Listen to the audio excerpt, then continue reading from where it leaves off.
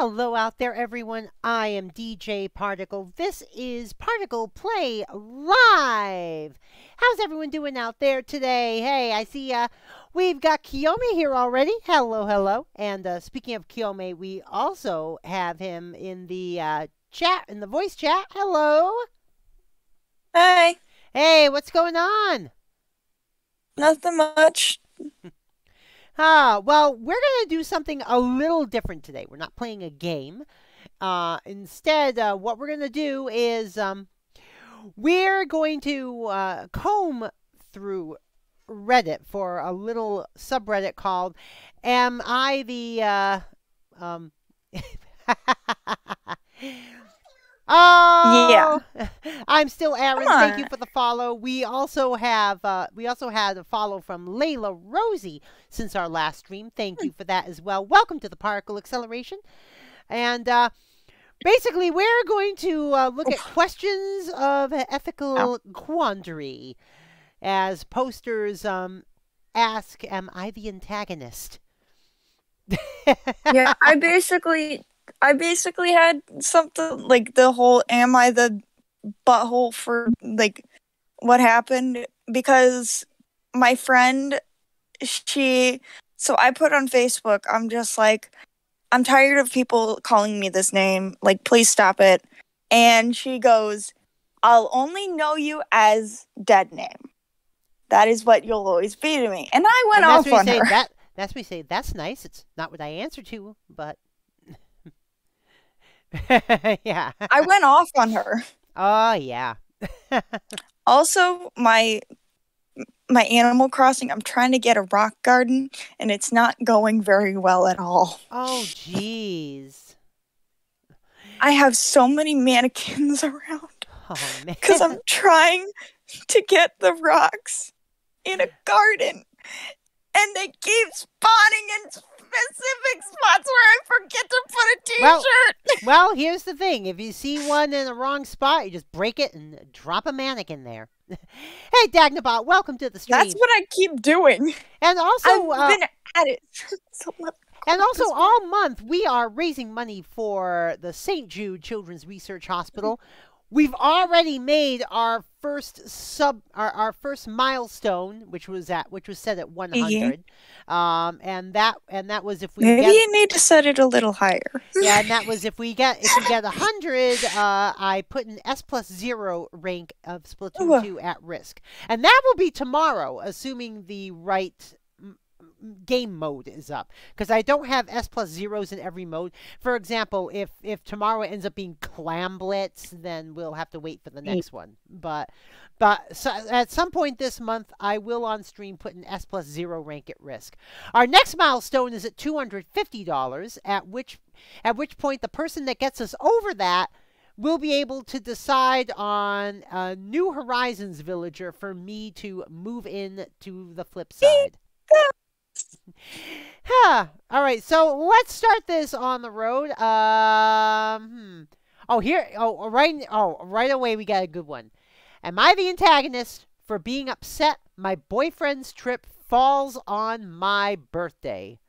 Okay, here we go. He's been planning this trip since before we started dating, but didn't know the exact dates until today. We've been together 6 months, and he didn't even realize it fell on my birthday, which hurts even more.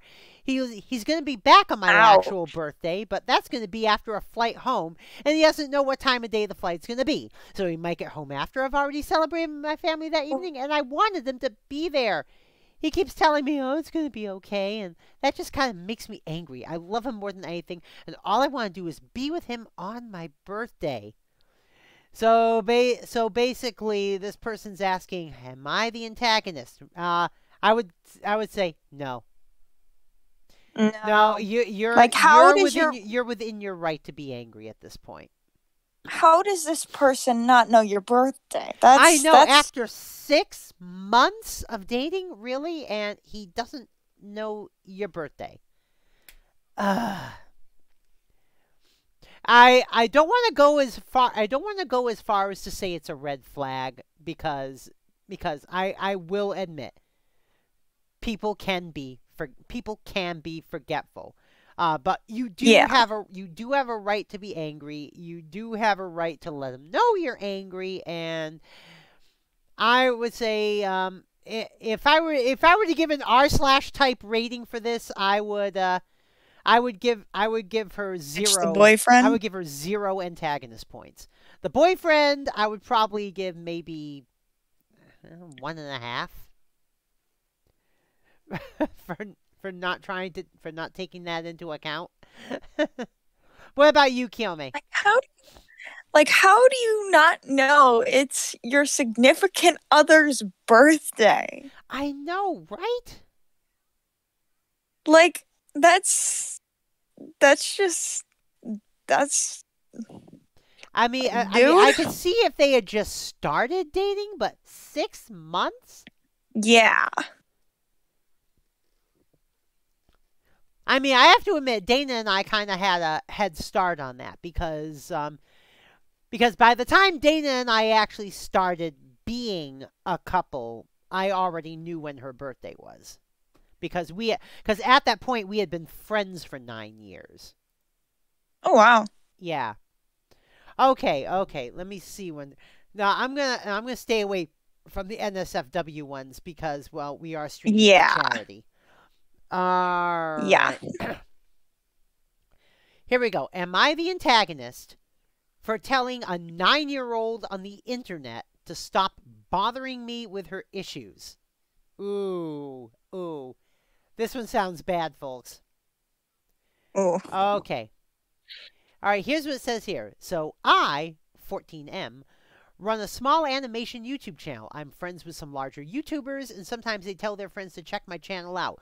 Recently, 21 days ago, a girl named Asami messaged me on Discord saying, "Hi, I'm Asami. I'm 9 years old, and I came from our friend B's YouTube channel." Well, first of all, if someone's 9 years old on Yeah. Discord, they're not supposed to be on Discord. And I have to Yeah. admit, at that point, all you say is you're too young for Discord and stop engaging. But regardless, And also report the account for being underage. yeah, because you have to be 13 to be on Discord. All right. I didn't want to respond back, but since she was a friend's friend, I responded and reported. All right, and reported her for being underage on Discord. Okay, okay, Okay. so he at least did that. A few days later, she created Okay. a new account and messaged Of me course she again did. saying that her account had been disabled for some reason and she wanted to be my friend. I said, "I'm a lot older than you and I might not talk to you much." And she said, "Oh, it was fine." I didn't talk to her for a few days and then she just sent a whole ass vent paragraph in our DMs. Oh my I didn't gosh. and still don't know why a 9-year-old would share their vent with a random dude on the internet, but I responded and tried to make her feel better. I did this because she's 9. I also asked her to not send me another vent. She didn't listen. This went on for a few Oh. days, and I ended up getting annoyed. I talked to our friend B, and she said that Asami is very annoying and basically forced B into giving her some of B's friends' discords. In the next few hours, Asami sent me another vent paragraph to which I responded saying, "I'm not a therapist. Stop bothering me with your issues. I have a life outside the internet, too." She hasn't responded yet, but she clearly saw it because she talked to B about it. Now I feel terrible, but I still don't feel I was in the wrong because I'd already stated that I didn't want her to vent in our DMs anymore, mainly because she was 9 and because we don't know each other. Am I the antagonist for telling her to stop bothering me with her issues? No. No. No, no, no. But at this point, you can't blame the kid too much either because the kid is 9. All you can blame the Yeah. kid for is having a Being Discord. on the internet. Yeah, well, I wouldn't say just being on the internet in general, but you're not supposed to be on Discord if you're under 13. Yeah. It's the same rule as they have for Facebook and Twitter, and Yeah. it's because of I think it's COPPA, I think is the Yep. U.S. law that is because I think Reddit is based in the U.S., so they're subject to U.S. law. But no, OP, you get 0 antagonist points for that. Let me see here. The kid, I can't. She is only 9, but I also can't let her completely off the hook either. I'd Yeah. say a quarter of an antagonist point. And that's only because she might not know any better at this point. Yeah. But yeah, and people, it doesn't matter. But also, it doesn't matter. It doesn't matter what age you are. Streamers, no, streamers and content creators are not therapists. Yeah. Drop. I mean, I personally have a venting problem. I'll admit it right now. Yeah, I know, Kiyomi, and I do admit I am sometimes a little lax on. I sometimes am a Yeah. little lax on when it comes to when it comes to chat drama. Yeah. I probably shouldn't be, but as a general rule, do not trauma dump to Yeah. streamers. It's real it's really bad. It it, Yeah. it it and it doesn't just affect the streamer. It affects everyone watching. Yeah. So I mean, so I've been working on not venting as much, and yeah. So OP, no, you are not the antagonist in this. I do have to admit, going reading the topic, I was thinking, oh, this person might be the antagonist, but nope, totally not the antagonist here. All right. Mhm. Let me see. Here we go. Am I the antagonist for ignoring my family's texts and phone calls? All right, let's see this one. No. This is posted on behalf of my girlfriend, as unbiased opinions are generally more reassuring than my own input. Hey, Xander, welcome to the stream. I'll let her tell the story from here. So she says, quote, I am a 21-year-old female. I've been having issues with my family for many years now. A lot of behavior I thought was simply normal. As I've grown older, I've realized is incredibly toxic and manipulative.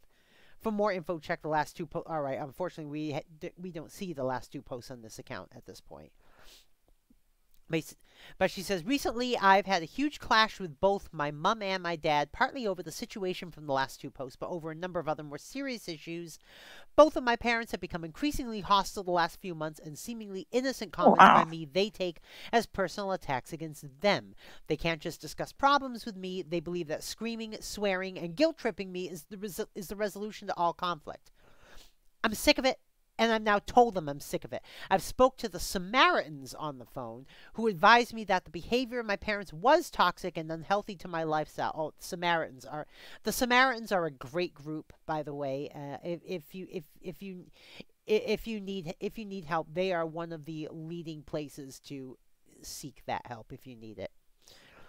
I attempted to group call my parents to explain how I felt and how I felt the actions they were taking against me were damaging to my own mental health. I've been struggling with extreme depression, anxiety, and OCD, which has been getting worse with my parents' more frequent hostility as of late. I thought discussing this with them would ease things and help them understand, but taking on board what I said and acting rationally was clearly beyond their comprehension.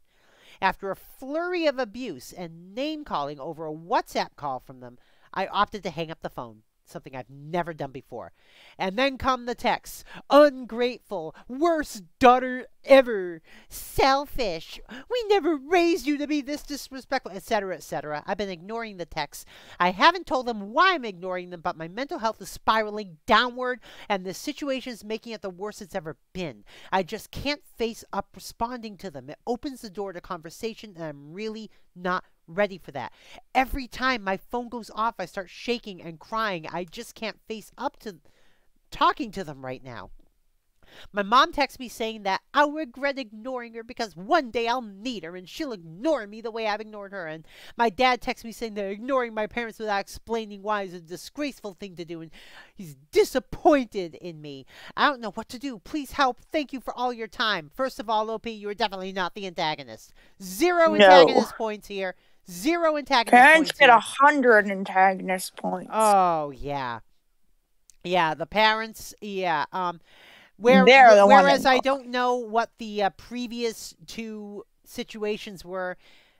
On the other Yes. hand, it's obvious if your mental health is at risk over this, you know, you Mm-hmm. know, you have to cast off. You pretty much have to try and cast off anyone who's that toxic to your mental health. It doesn't matter who Yeah. they are, brother, sister, parents, spouse, even. Mm-hmm. Major issues here. I know I may sound a little hypocritical because I have a job that's incredibly damaging to my mental health, but unfortunately, I fear financial insecurity more than I fear the loss of my mental health, I feel that. that's a statement about capitalism more than anything else at this point. Um, Yeah. but yeah, OP zero antagonist points here. Zero antagonist points. Your parents, oh god. Oh god. 100 or 1,000? Well, it depends on what the scale is. If you want to make it a scale I was going on a scale of 5 like r slash does. Oh. So in that, but I don't know if I want to go all the way up to 5. I'll say 4.5 because I'll say 100 out of 5. That's a joke. 100 That's out of it's 5. Oh, geez. All right, all right. Am I the antagonist for spending money that was given to me? Well, it depends on how it was given to you. Let's see. I, 16, female, recently went to a convention with my boyfriend. With my best friend. Sorry. That extra F there. BFF, best friend forever. 15, female. My mom gave me $100 to spend on souvenirs and food. Instead of buying one big thing, I bought several smaller things, including a necklace for my younger brother. With food, I spent about $93. Food is rather expensive and it cost me about $20 for a meal. Yeah, I could see that. I come home and give my family members each something I got for them, only leaving me with a handful of pins, stickers, some elf ears, crystals, and one large print I bought for myself. My mom hadn't explicitly said not to spend all of it. She just handed me 5 20s and said, have fun. She comes into my room later that night and lectures me on how I shouldn't have spent most of it on stuff for myself when I was the one who got to go. I was really hurt by the statement, as I had bought things that what? reminded me of my family and spent more on them than I did on me.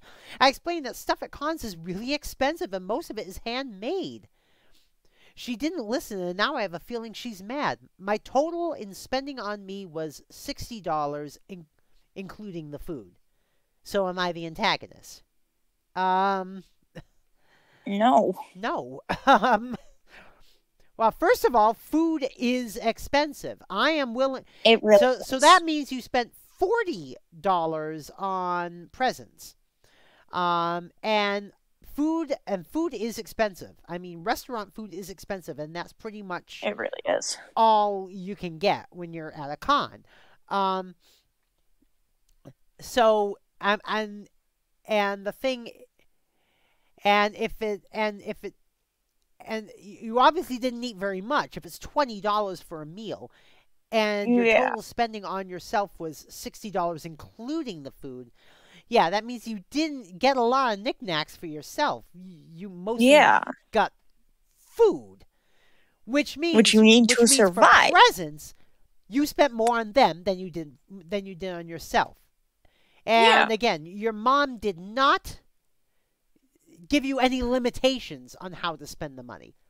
Um, she didn't even say to spend it specifically on other people. I mean, you spent more money on your family and friends than you did on yourself.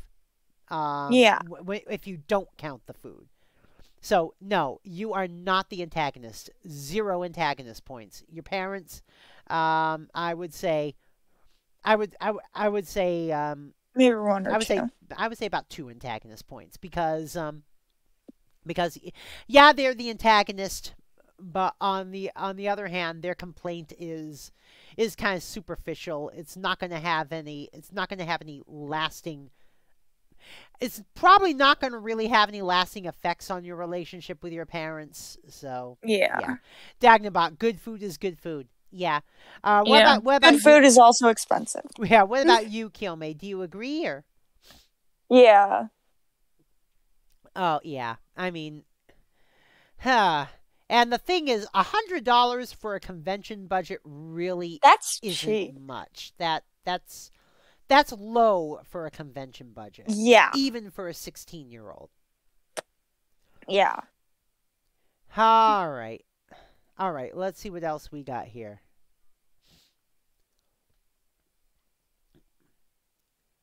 Oh.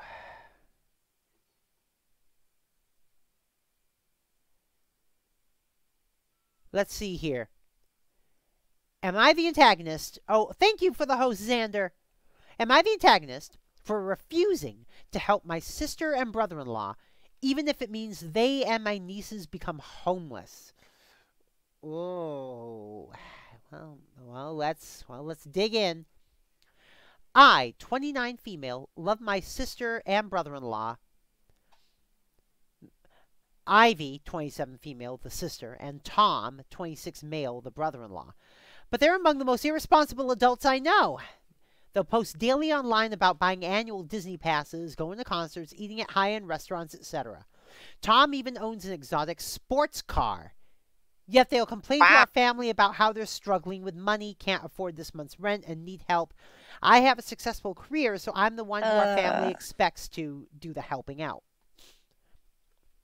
They don't just demand financial help either. They got a puppy a while back. Oh, God. And in addition to helping with vet bills, they would beg me to watch the dog at least every other day, just for an hour, and not come back until the next day. They also did no research on the breed because the poor thing had severe separation anxiety, and I would constantly have to deal with puppy meltdowns and ruined furniture.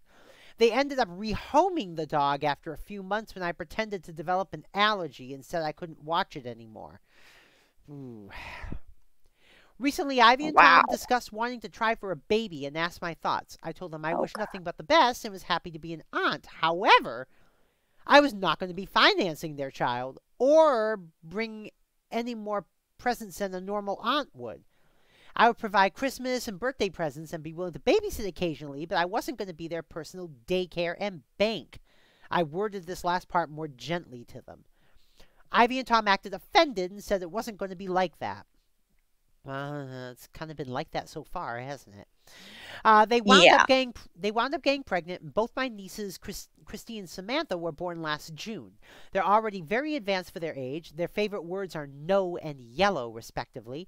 But I've kept my foot down about not being a third parent / provider. This is a boundary that Ivy and Tom continually push. Ivy and Tom also haven't stopped spending / going out. They got a nanny and are more insistent with the family about needing money. Anytime they ask, I say that they have stable jobs. Ivy even has the option to work from home but chooses not to, and that they're just spending money on the wrong things. The reason I'm writing, Ivy and Tom are begging, and our family is pressuring me to give them an $8,000 oh my God. Oh my Because they're God. going to lose the nanny or be evicted for lack of payment. I told them no. My mother inherited a 3-bedroom house from my grandpa, and 2 of the rooms are unoccupied. She doesn't work / or is able to look after my nieces, but our family said that it would prevent Ivy and Tom from being independent, and I can afford the loan. Now, if I post anything online, the family leaves comments about me not caring that Ivy and Tom will be homeless and how much better the money would be spent on my nieces. They won't be homeless, and I don't see moving in with my mother as a big deal. I block most family members, but now I'm unsure if I'm the obvious entitled one here and if I'm being selfish. Am I the antagonist? Oh. Um, Solid no. all right. I'll be honest. I do have to give $8,000? I do have to give the OP maybe a tenth of an antagonist point for pretending to be allergic to the dog. Yeah. Because that's lying and but Yeah. but then again, if they couldn't take care of the dog was already in danger. No, I take back that tenth of an antagonist point. Yeah. You are not the antagonist, OP. Um, your sister and brother-in-law, I will probably give them about 3 out of 5 antagonist points because they're not putting the best interests of their child first. I will say that. Yeah. Your parents, I will give 2 out of 5 antagonist points because they have the ability to take this couple in, and they're not. Yeah. My rock garden is complete. Here's the thing. They're asking you to spend $8,000 on them that they're probably going to just blow. Yeah. When your parents, on the other hand, have the ability to give them living space for either free or just a nominal rent cost that they could afford. You know? They have the ability to do that, and they won't. Instead, they're asking you to spend about half the price of a cheap car to support them. Yeah. That is not cool. That is really so not cool. So yeah. OP, you are not the antagonist here. Kyomei, anything to add? Not really. Not really? Well. Yeah. All right. Let's go to the next one here. No, like I said, I'm not going to go for any of the NSFW ones because basically, here's the thing. I'm gonna. The thing is, yeah, I normally swear a lot on my streams. Yeah. But I'm gonna try to tone that down this month because St. Jude really doesn't like it if you swear too much. So I'm going to try to tone that down as best as I can. The odd swear may still slip through. Just saying. Yeah, that's how it was for me last month because it was Ramadan, and I try my hardest not to swear during Ramadan. Well, but then again, like I said, it's just because of St. Jude. Yeah. My actual feelings on it are when did we as a society decide that certain quote unquote swear words were bad? Yeah. There are words that are obviously bad, like slurs. Those can actually hurt people. Yeah. Those words can be vanquished from any dictionary. Don't know why they were put there in the first place, but all right. Am I the antagonist for postponing my engagement because I'm fed up with my boyfriend not flushing after number 2? Oh God. I, female 26, constantly find myself cleaning up after my boyfriend, 27 male. I've had more discussions with him on this than I can count. One time I even had a full-on breakdown and started crying because I was so frustrated when I went to use the restroom and saw that he didn't flush his poop again. I constantly have to be telling him to flush the toilet and use the toilet brush when he's done. Oh, Icy, thank you so much for the raid. Let's give a shout out to Rose the Insane, aka Icy. I still call her that because that's what she was known as when she first joined the community. Yeah. and her own Twitter says that that's not actually a dead name. But follow Rosie Insane there. She does some great arts. She does some great art streams, including original characters of an original style that she created herself, which is really cool. They're all really cool. Yeah, I think she calls them noodle-noids. The type of characters that she usually draws, and it's really cool. Yeah, either that or that's one of their names.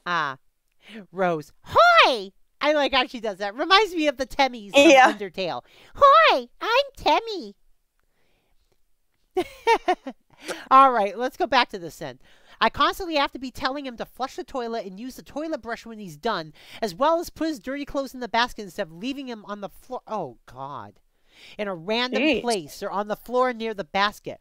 He'll also shave and leave his hair in the shower and sink and will stay You there don't do basically that. forever until oh, my God. He also doesn't get You're around dating to a man child. He also doesn't get around to picking up the clothes he put on the floor either. It will stay there till whenever unless I pick it up as well. Admittedly, he was much worse before. How do you get much worse than that? Before we lived together, I would visit Dating his a home. man child. Before we lived together, I would visit his home and it would smell absolutely awful. He had garbage everywhere and everything was just extremely disorganized. Oh, He had also recently yeah. adopted 4 cats and had them living in the mess too, and they're fully indoors, so no escape. Oh, God. Oh, God. Yeah. Let me tell you something. I've been there. I've been there. Yeah. My late ex, Amelia. She near the end she got like that too. Yeah. Yeah. Huh. After talking to him, complaining about it a couple times, and assisting him in cleaning, he's managed to maintain things to a better level of cleanliness. However, it still bothers me that I basically had to pressure him into buying a second air purifier for the area where the litter boxes kick up. The cats are still there. Oh, my God. The first air purifier he had sitting there for months in the box, and I had to set it up myself because he didn't give a damn. We recently discussed getting married and decided that he will surprise me with a proposal. I told him that we need to put the plan on pause because this can't work if this is how things are going and I'm seeing all these red flags. Oh, jeez. We recently... he told me that he thinks he also has a lot of green flags and that this isn't... Green flags? It's the first time I've heard that terminology. This isn't the Yeah, problem me worth too. ending a relationship over, and that some women wish that this was the only problem they have with their SO. Yeah, that is kind of true. I told him that a man-child that doesn't clean up after himself is just as much a major problem as someone who's cheating, and this problem is only going to become much worse after we live together full-time. We don't right now, and children are in the picture. He says he isn't doing this intentionally. He's not a bad person by making him feel bad. I agree with him. I don't think he's a bad person, and he's generally attentive and considerate, but he just doesn't seem to get it, and I'm not sure where to go from here. No, first of all, OP, you are definitely not the antagonist. 0 out of 5 antagonist points. And I don't blame you for putting the engagement on pause. Now, Yeah. I do have to give this caveat. By your own admission, he has improved. Maybe not as much as you would have liked yet. But from what you're saying, he has improved some. Excuse me. And I am someone, how can I say this? I love a good redemption arc. Yeah. And yeah, you can't fix that. She should dump him. Well, if there hadn't been any improvement, book club, I would agree with that. But there has been improvement. It at least shows some willingness on his part to make this work. I do think you are right to postpone the engagement. Basically, just let him know that you're postponing the engagement to see how this goes from here. Yeah. If he doesn't improve any further, then yeah, dump his ass. Yeah. And that's why I'm giving you 0, and that's why I'm giving you 0 antagonist points, because you are doing the right thing here. For him, I will give him 2 tentative antagonist points. Yeah. What is tentative? It means they're penciled in. If I don't know what that means either. it means it can be reversed. Oh, it okay. means it's subject to reversal depending on the situation. if he does change more, then we could erase those antagonist points. But the way things are right now, yeah, I'm giving him 2 tentative, penciled in antagonist points. Basically, keep encouraging him to get his shit together, because, like I said, by your own admission, he is showing some improvement. Just keep on it. Not as much as you'd like to see. Yeah, not as much as you might like to see now. But then again, if I may quote Jean-Luc Picard from Star Trek, change always comes slower than we think it should. I can agree with that. Yeah. So yeah. If he continues to show improvement, then also so this is another thing too. If he continues to show improvement, let him know that you're proud of the progress he has made. Yeah. Because that will encourage him to progress even further. Yeah.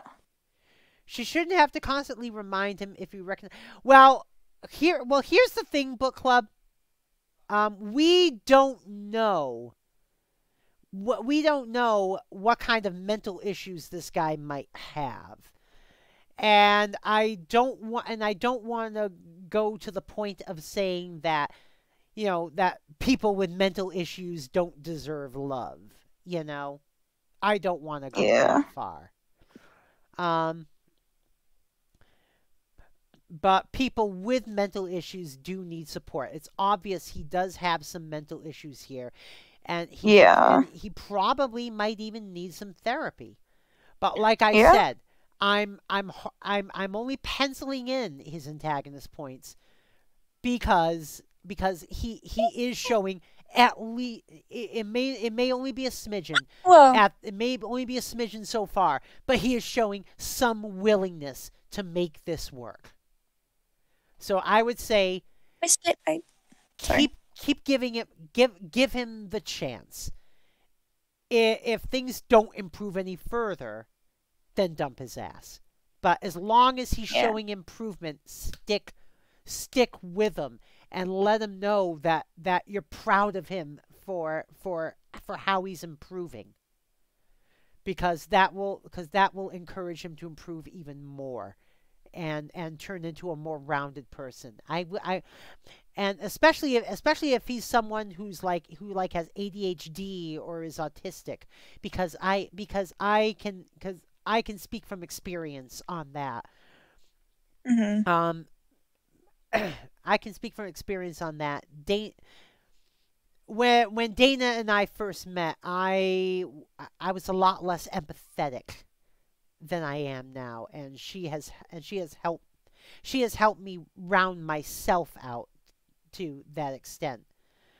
And the thing is, she has issues as well that she says that I've been helping for her as well. So as long as there's some level of improvement, keep at it.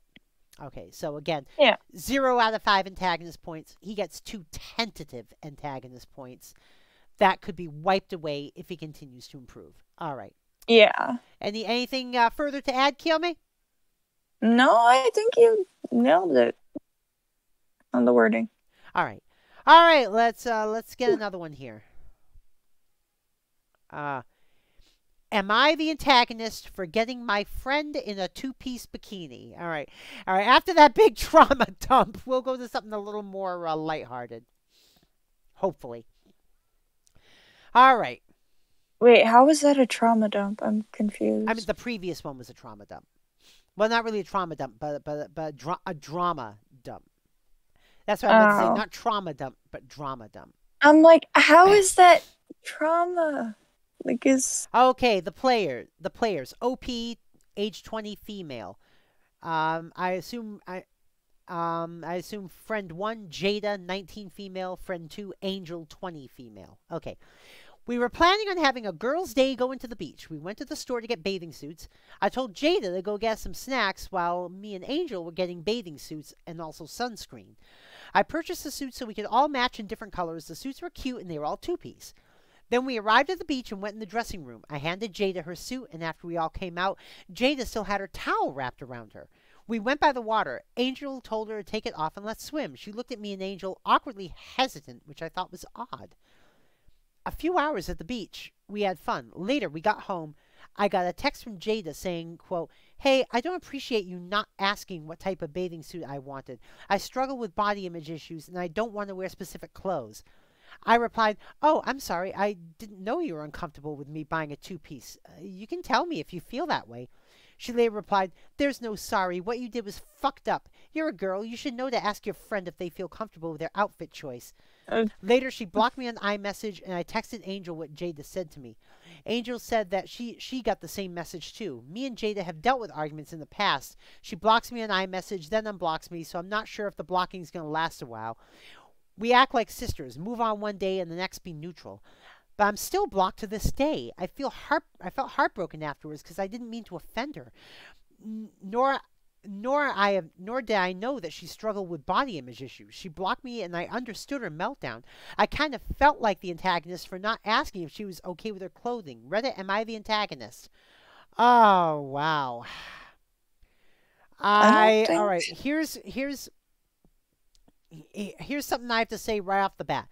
No one here is getting 0 antagonist points. I'll say this right now. Yeah. No one here is getting 0 antagonist points.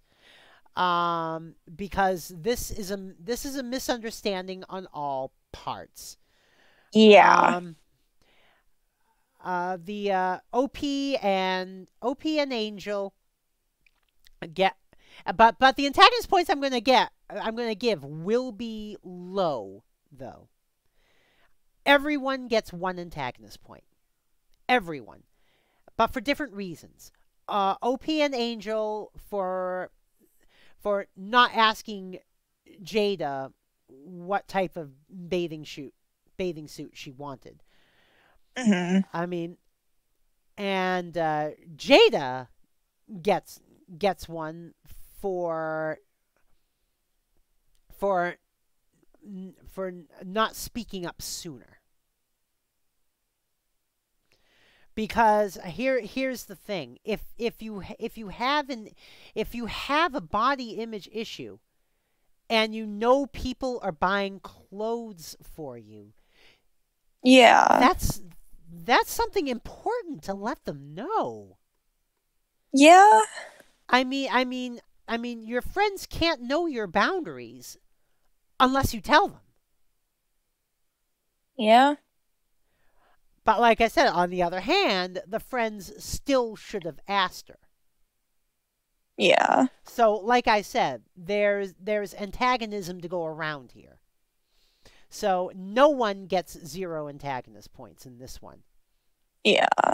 And the thing is, Angel and OP, the main reason why their antagonist points aren't higher is just simply because they realized their error and they tried to apologize. Yeah. They basically looked back, said, "Ah, shit, we fucked." Oh, let's see, there we go. There we go. A swear accidentally came out, and I didn't even think of it. That's fine. They said, "Ah, damn, we screwed up." But on the other hand, Jada had a pretty big boundary breached, so she gets she gets the right to not accept the apology. Do I think this friend relationship is salvageable? Yeah. Yeah. I do think it is. It might take some time. It might take some talking, but yeah, this was a pretty big boundary breach. On the other hand, there was no way that the other two could have known there was a boundary to begin with. Yeah. So, like I said, everyone gets an antagonist point here. Anything to add, Kill Me? No. Also, can you hear the background noise that's going on? What background noise? Okay, that's That's the answer. Yeah. that answers it, because someone is playing their music very loudly, and every time I close the slide door, it's no, don't close the slide door. Oh, jeez. Okay, let's try and pick another one here. What? Oh God, this one's probably going to be bad. Am I the antagonist for being too harsh in fixing my daughter? That already. No, OP. This sounds bad for you, but we'll see. Then again, it Then again, you haven't read it yet. the post has been removed. So it looks like the Reddit gods have spoken on this one already. Okay, this one was too cringe for Reddit. All right, I think it's safe to say. I think it's safe to say. Yeah, you're the antagonist here. If your post was so bad that the moderators removed it, yeah. Usually the lock just means you can't reply. Usually just means comments are locked. But oh God. If it was that bad that it had to be removed, because the thing is, it didn't say it was removed. All right, here we go. Am I the antagonist for not taking someone to prom? All right, let's see here. I'm 17 and had my prom last weekend. Of course, I was stressing over it. A week before, someone asked for a ride to prom. I didn't mind taking him, but I was going to be driving on a busy beltway that I've never been on, and he can be kind of annoying. I ended up telling him I'll ask my parents and get back to him. Later, he says his mom wanted to call my mom to explain the situation, and that's when I started to get a little annoyed. Like, what more she need to explain? I just said, I'll take him, and I gave him my mom's number. 2 days before prom, I asked him if he was sure he didn't have anyone else who could take him. I told him how nervous I was and how stressed I was getting and asked if he could double check. I told him I'll take him if there was for sure no other option. He said, I have no one else. So I said, okay, sorry, I will still be taking you then. I remembered I made plans to go out with my friends after prom, so I told him I genuinely cannot take him home because he wasn't invited to this. And he said, yeah, I can get a ride after. My nerves are so high about this because I'm already a pretty anxious person. But not too long ago, I got into my first car accident. I had a friend in the car, and I felt so terrible, even though they assured me they weren't hurt at all. The accident really wasn't bad. After that, I hadn't brought any of my friends into my car, but I know I can drive with people in the car again. I was just nervous to. The next day, I mentally prepared myself to be driving this guy an hour to prom. I went to school, and during last period, my friend texted me and said, this dude is talking about you to a teacher. She told me he was saying things like, it's ridiculous that she can't take me home. It's annoying how last minute she's saying she can't take me even though she already agreed to it. When I asked for a ride to prom, it's insinuating that I'm going to need a ride back home. Well, these comments made me mad. They were disrespectful and I was hurt. I was still going to give him a ride. I just wanted to make sure if there was anyone better to ask. But knowing that he was complaining about me behind my back was really hurtful. I felt like the situation didn't need to be shared with teachers. Also, I have that same teacher. So I went home and told my mom all of this.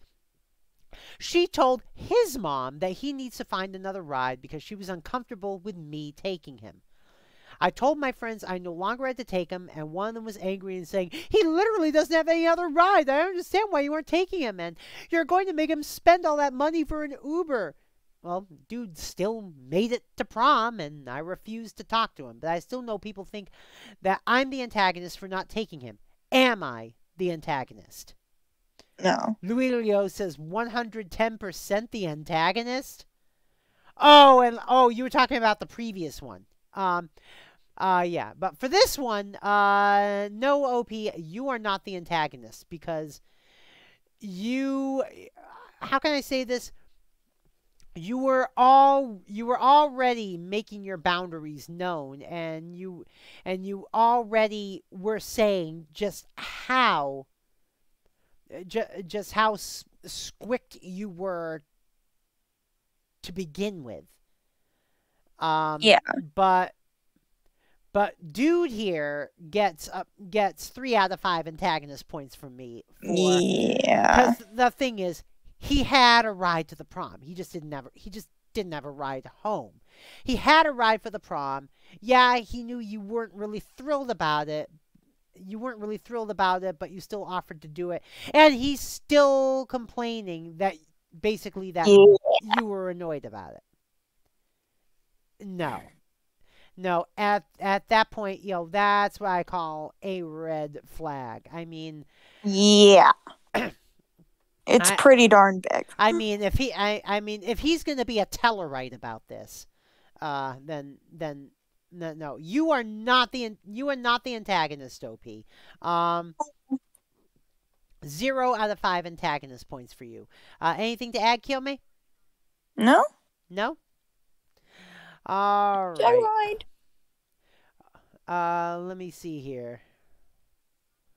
Yeah, and this is what I should be doing too, looking at the comments.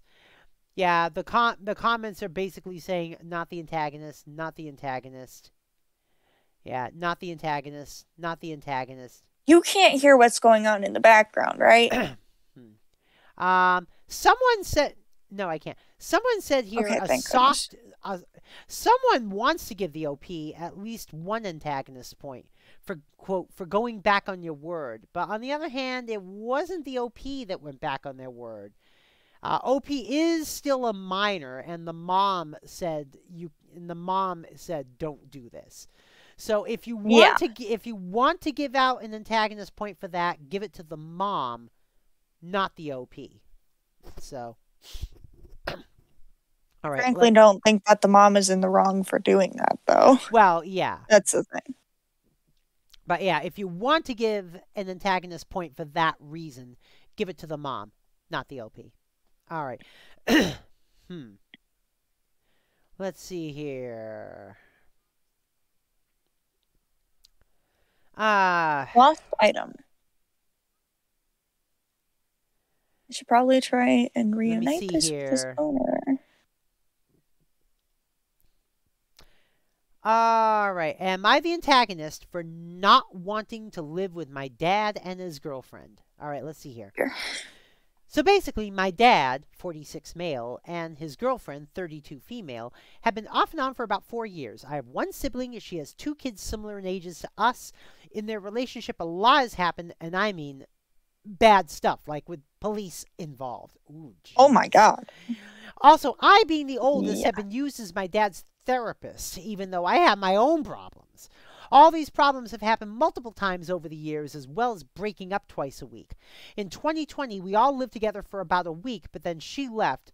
Recently, they've been okay, and my dad wanted us to move in with her. Obviously, I said no, but he's been saying I'm making him depressed because I keep saying no. He doesn't like me anymore and has decided to move in anyway, saying I could come live with him or live with my mom full time.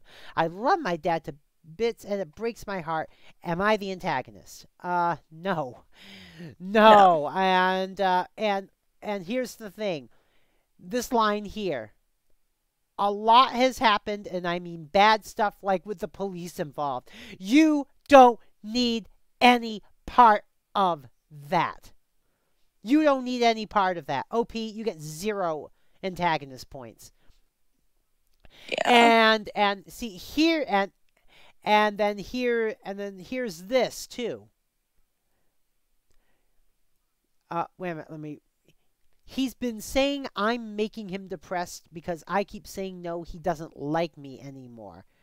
Red flag, red flag. Red flag here. Yeah, OP, you don't need any part of this. Yeah. It sounds like you're still a minor, but do everything in your power to stay away from them. Yeah. These are not people you need in your life. I mean, here's the thing. If you This is a situation where if you love your dad, try to make him learn this lesson. Um, Try to make him learn this lesson that, he can't just bully you into living with him. And he's Yeah. got to turn his life around. If you love him, how can I say this? You've got to show at least that that bit of tough love to your dad. So yeah, you get Yeah. 0 antagonist points. Your dad gets at this point, since he's trying to guilt trip you this much. I am going all the way up to 4 out of 5 antagonist points for your Yeah. dad. Anything else to add, Kiyome? No? All right. And those of you in the chat, if you have anything to add, type it out in the chat. This is, we're here for the greater debate here, not just on the voice chat, but in the regular chat as well.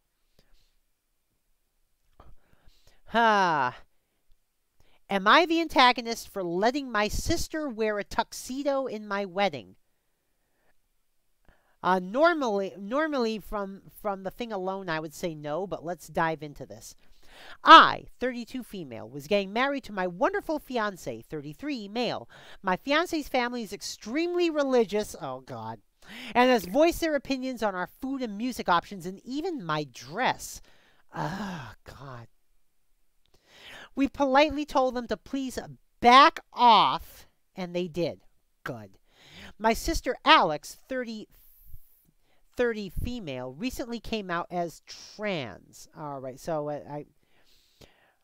so at that point, how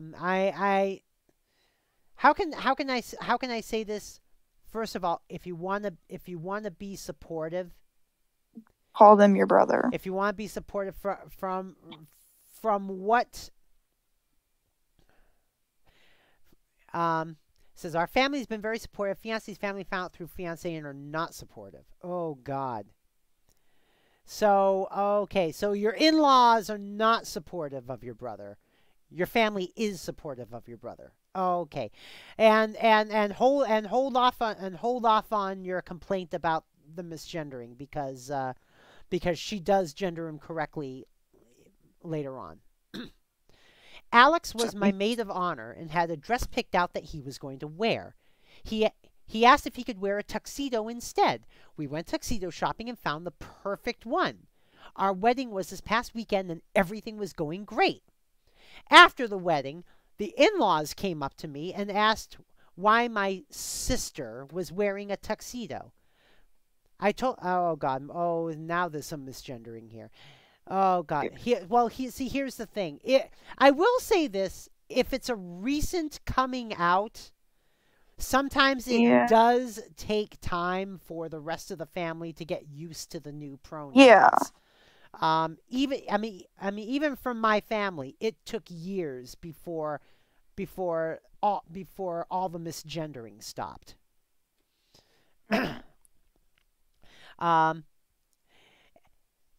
I told him that he wanted to wear one. I had no problem with it. My mother-in-law made a face and said, "Well, I hope your sister is happy that she ruined the wedding for us." I say, "If it bothers you that much, you can leave." I met my husband back at the room, and he tells me that he's angry with me for already causing issues with my in-laws. He thinks that Alex should have compromised and not worn the tuxedo. Most of his family is blaming me, and I feel it's all my fault. Oh, God. No, no. OP, 0 out of 5 antagonist points here. 0, Yeah. 0, 0, 0. All of the 0. You are being extremely supportive to your brother in this. Your husband and in-laws get 3 out of 5 here. Just because, first of all, I will say this. Even if your brother was still your sister, then this person still would have had the right to wear a tuxedo if you said it was okay. Yeah. It's your wedding. It's like something. It's like something I heard on a video from the Click. The Click was doing some stuff from r/gay IRL, and one of them that he popped up said all clothing is unisex if you're not If a you little stop if you're being a not little bitch yeah about yeah it. if you stop being a little bitch about it, and it's Yep. true. I saw that video. Yeah, but Unless but if it was another video with that same but meme in it. it's sounding like your brother would have been very uncomfortable in a dress, Yeah. and you were led and you basically were being supportive and saying, okay, you can wear a tuxedo. It's, I mean, yeah, it's your wedding. Well, the thing is, it's also your husband's wedding too, and your husband was not being supportive. Says you're already creating issues with our in-laws. No, no, dude, your in-laws are creating issues with the in-law. No, no, no, dude, Yeah. your parents are creating in-laws issues by being transphobic little butt wipes. That's one way of wording it. So actually, I'm gonna raise the in-laws antagonist score Yeah. to 4. It'll be to 5. I'm gonna raise the antagonist score to 4. I'm keeping the husband at 3 because I can understand not wanting to cause a tiff between you and your own parents, but Yeah. sometimes a tiff needs to be caused. Yeah. And husband, you really need to be supportive of your brother-in-law in this. Yeah. So OP 0 out of 5, husband 3 out of 5, in-laws 4 out of 5. So yeah. So yeah. Yeah. So yeah, the in-laws are being transphobic little idiots, and no, not letting them get away with that. All right. All right, let's see here. Am I the antagonist for overcharging an arrogant female customer who was mistreating me? Let's see here. I, 21 male, work a part-time job at a surf store near the beach. A couple of weeks ago, 2 female customers entered. One of them was very attractive, but you can see she was the arrogant type. Not only was she avoiding making eye contact with me, it seemed to pain her even. She barely engaged with me, whereas her unattractive friend was humble. The arrogant one came up to me and asked for the price of an item. Due to her attitude, I decided to charge her double the amount. Oh, God. The following week, she came with a male friend. She mentioned the item she bought, the one I overcharged her for, and said that her friend got it for much cheaper. I explained that she's not entitled to a fair price and that she paid more because she was a shitty customer. She was taken aback and asked me how she was a shitty customer. Oh, God, there I go. I should have self-censored myself there. Sorry, St. Jude. Like I said, I'll try. Like I said, I would try to watch myself, but I can't be 100%. Yeah. This was clearly a bluff since she knew I was talking about her absolute mistreatment of me. I told her again that crappy customers pay more. She simply said that I'm weird and don't understand what I'm talking about. I told her that she shouldn't feel entitled simply because she's a customer. We had back and forth, and at the end she told me to have a nice day and left. I don't believe I'm the antagonist here for the following reasons. I provide her and her friend with excellent customer service. This was met with haughtiness, snootiness, and overall hostile demeanor. Nevertheless, I'm open to hear the judgments. Okay. Okay. Here's the thing, dude. Dude. I'm sorry, dude. You're the antagonist here. Yeah. You are the antagonist here. Yeah. Because yeah, this customer may not have made eye contact with you, but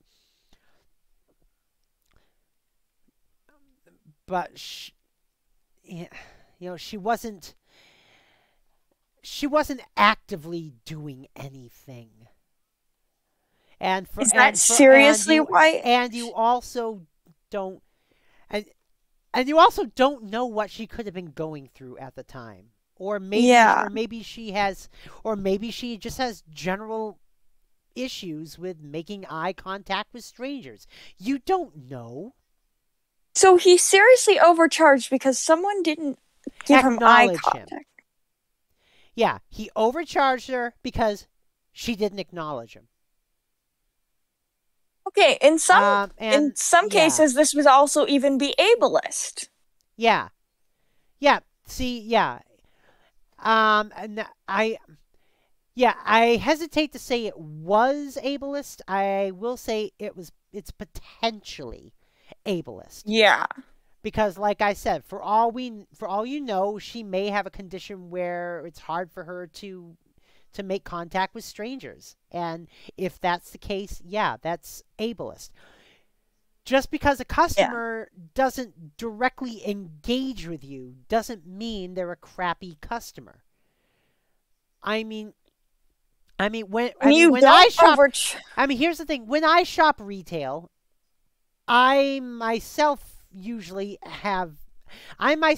get skittish for asking for help from, well, the help. Yeah. I mean, Dana could tell you that. I try to look for something. Dana's like, Emmy, ask someone for help, and then I'm like,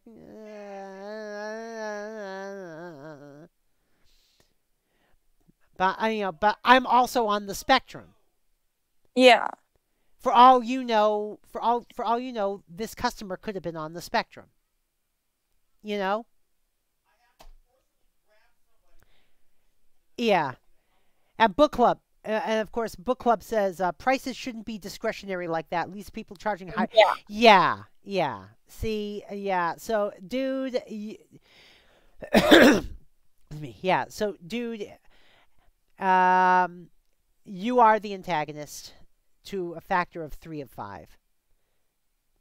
Because you don't know what mental issues someone could have that prevents them from interacting with you. You were being ableist, and you charged her more because of it.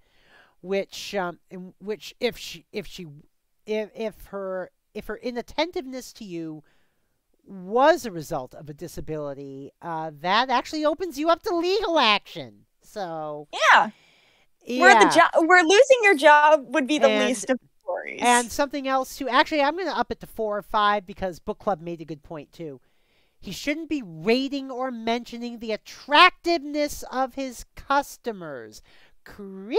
Yeah. So you, dude, are putting up a major red flag here of neckbeard proportions. So yeah. So my final rating, dude, you get 5 out of 5. 4 out of 5 antagonist points. The customer, depending on the circumstances, may get a quarter of an antagonist point, and even that is tentative because we don't know what her circumstances were. So yeah. So yeah, dude, you are the antagonist in this one. All right, next one. Oh God, this is going to be bad too. Oh dear. Am I the antagonist for kicking out my mentally ill roommate? All right, let's see if this is someone I'm going to have to call out. This is really hard. I wouldn't be asking this if I felt completely right, and the situation is complicated with a pre-existing friendship and dating prior to being oh God. Over the last 6 months, I've been caught between caring emotionally for and relating to their struggles, and even being given the cold shoulder every time there's an issue that needs to be worked out, and having my trust constantly abused. If anything, I am definitely the idiot. Well, let's see.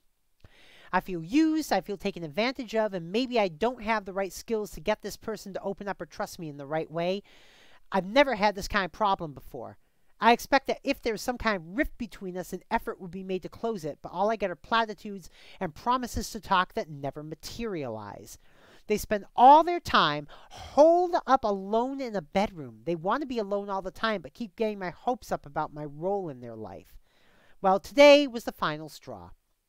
It breaks my heart, but for my own sanity and peace of mind, I have to let this person go.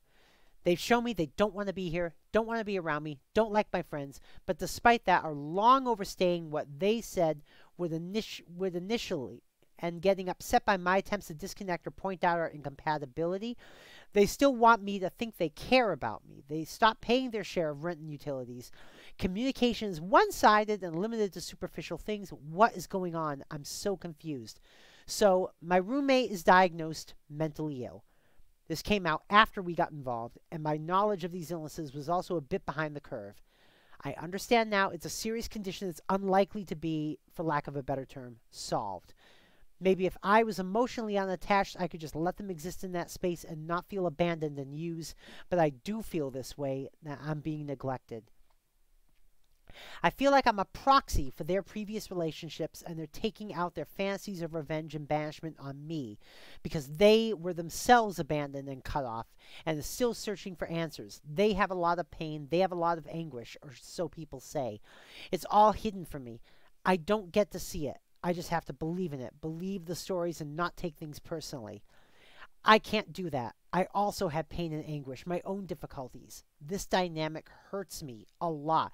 I can't be complacent in my own neglect. I have to do what's right for me. There's a lot more going on that I haven't elaborated. I can answer specific questions to help clarify. Am I the antagonist for giving my roommate friend notice to move out when they're mentally and financially vulnerable, despite their lack of diplomacy and communication? Oh man, this is a tough one. Oof. I frankly don't know on this one. Right.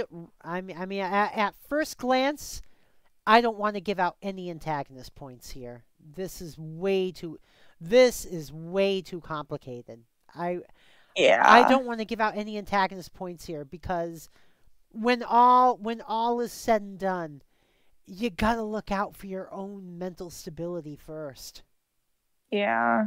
Um, on but on the other hand, if looking out for your own mental stability means destroying someone else's, that's where things get muddy. And I definitely don't want to give any antagonist points to the OP because they realize this. They realize how muddy the situation is.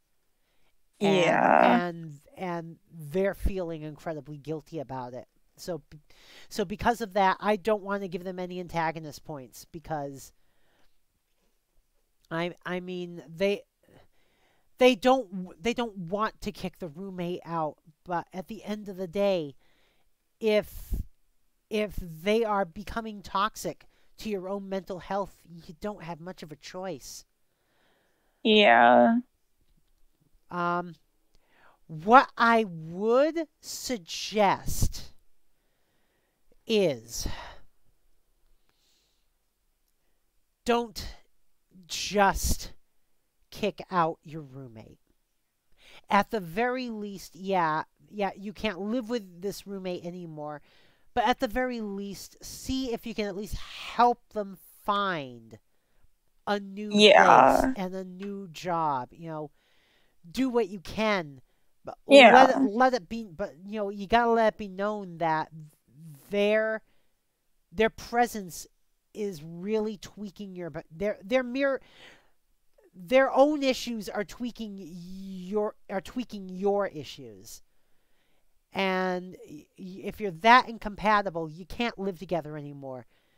But at least try to help them get on their feet, I would say. Yeah.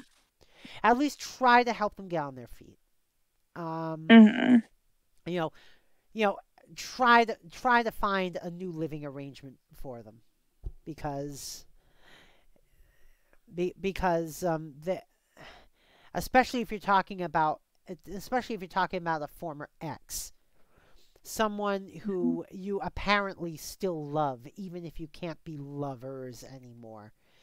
You know, Mhm. get you're not. I know you're not a therapist, and you can't give that kind of help. But if you can at least help them find new living arrangements, that that would be that would be a start. So I'm not giving out any antagonist points here. There is no antagonist. There is no antagonist here. There's Yeah. just a lot. There's just a lot of conflating mental illness. Yeah. That is absolutely no one's fault. If I were to give antagonist points, I would give it to your ex's other exes for treating them like crap,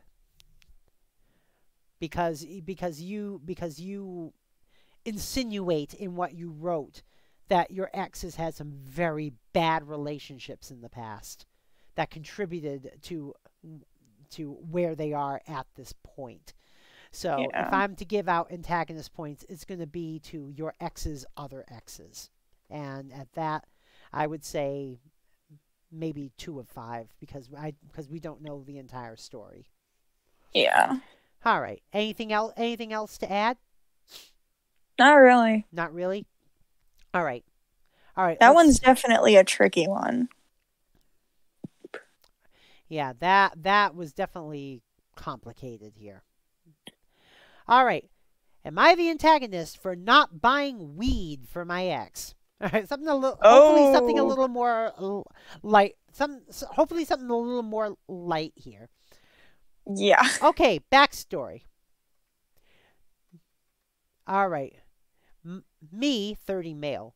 My ex lives with me, 37 female, but doesn't really pay her. Oh, wait a minute. Uh, okay.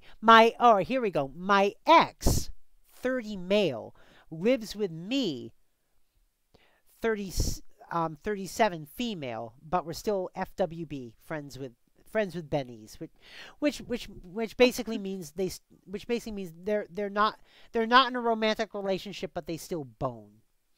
But he doesn't really pay Yeah. his way.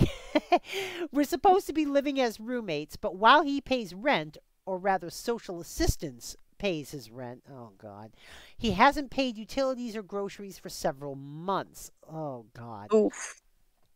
He's trying to make income as a streamer slash gamer, but makes very little, and what he does make, he spends on weed and cigarettes. Recreational cannabis use is legal here. He claims that he needs them for pain and anxiety. Okay. For that, yeah, I can see that as a need. But Yeah. certainly not prescribed by a doctor, and he refuses to try or stick to any other medical treatments. Also, I suspect much of his pain is exaggerated or psychological. Well, I have to admit that's not for you to suspect. Yeah. Also, he's claimed for over a year that he's having trouble getting his ID replaced, so I have to be the one to go out and pick up the weed and smokes for him, which is very inconvenient since I don't drive. When he runs out of money, he guilts me into buying his smokes or weed. He complains of nick fitting or being in pain but not having weed to help. Our engagement even ended when I told him one day I would pick up his weed after work rather than right away. He dumped me for not caring about his pain. In the past, he's owed me significant amounts of money when I fronted him for his tobacco slash cannabis over the course of several months, and I refused to let that happen again. But now I'm wondering if I'm the antagonist for letting him suffer his pain slash anxiety slash nicotine withdrawal, when technically I have enough money to help, though I'm struggling financially thanks to having to partially support him. So Reddit, am I the antagonist for not buying his weed and cigarettes? All right. No one is getting 0 antagonist points here. However, you are getting the least. You are probably getting a quarter of an antagonist Yeah. point for Ow. for basically trying to say, oh, he's faking his pain. Yeah. On the other hand, if recreational cannabis use is legal, then that automatically means medical cannabis use is legal. And what that means is he can go to the doctor and get a formal diagnosis of his pain. Exactly. So if he is in that much pain, he needs to get it diagnosed and prescribed. Well, I I do have to admit there are some cases where they don't know root cause for the pain, and it's like they don't believe you that you're in so much pain. Yeah, that's true. But if medical and recreational cannabis use is legal, then there's really no Yeah. stigma for a doctor to admit after checking someone out, yeah, you're in some pain, here's some weed. Yeah. And if a doctor is still going to stonewall you, yeah, then yeah, find another doctor. Yeah, if a Yeah. doctor is going to stonewall him, then he would need to find another doctor. But you're already in a medically liberal area. Just from that fact. Yeah. So LP, you get a quarter of an antagonist point for just assuming that he's making it up. He, on the Yeah. other hand, gets two out of five antagonist points, partly for not actually going to a doctor to get a formal diagnosis Yeah. in an area where it's likely that a doctor would listen to him, and also and also for basically trying to guilt you. Because I will say this, you are not obligated to support him. That is true. And he's trying to guilt you into doing so using his chronic pain. And like I said, if he's in that much chronic pain, he needs to get it checked out by a medical professional. And again, he's in an area. If recreational cannabis use is legal, then by extension, he's already in an area where doctors would be more willing to listen to people with chronic pain issues. It just stands to reason. Yeah. But whereas I do feel that I do understand your reasoning for being suspicious that he's faking it. On the other hand, you can't know that that's a certainty. Yeah. And as for that reasoning, the reasoning is basically that he's not getting that medical help. Maybe he just can't afford it. That's another thing as well. On the other hand, if he's on social assistance and he's in an area that's that liberal, he's got medical assistance.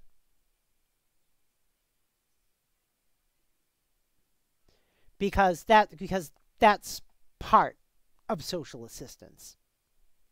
Oh, now I see the part where it says, okay. Yeah. Yeah, right here. He says, well, he pays rent, or rather social assistance pays his rent. So yeah, he is on welfare. So because of that, he's got medical help. Yeah. If he's in an area that's that liberal, he's got medical help. All right. Yeah. So yeah, you get a smidge of an antagonist point. He gets 2 out of 5. All right. Yeah. All right. Let me see here. Am I the antagonist for getting mad at my boyfriend for ditching me at prom?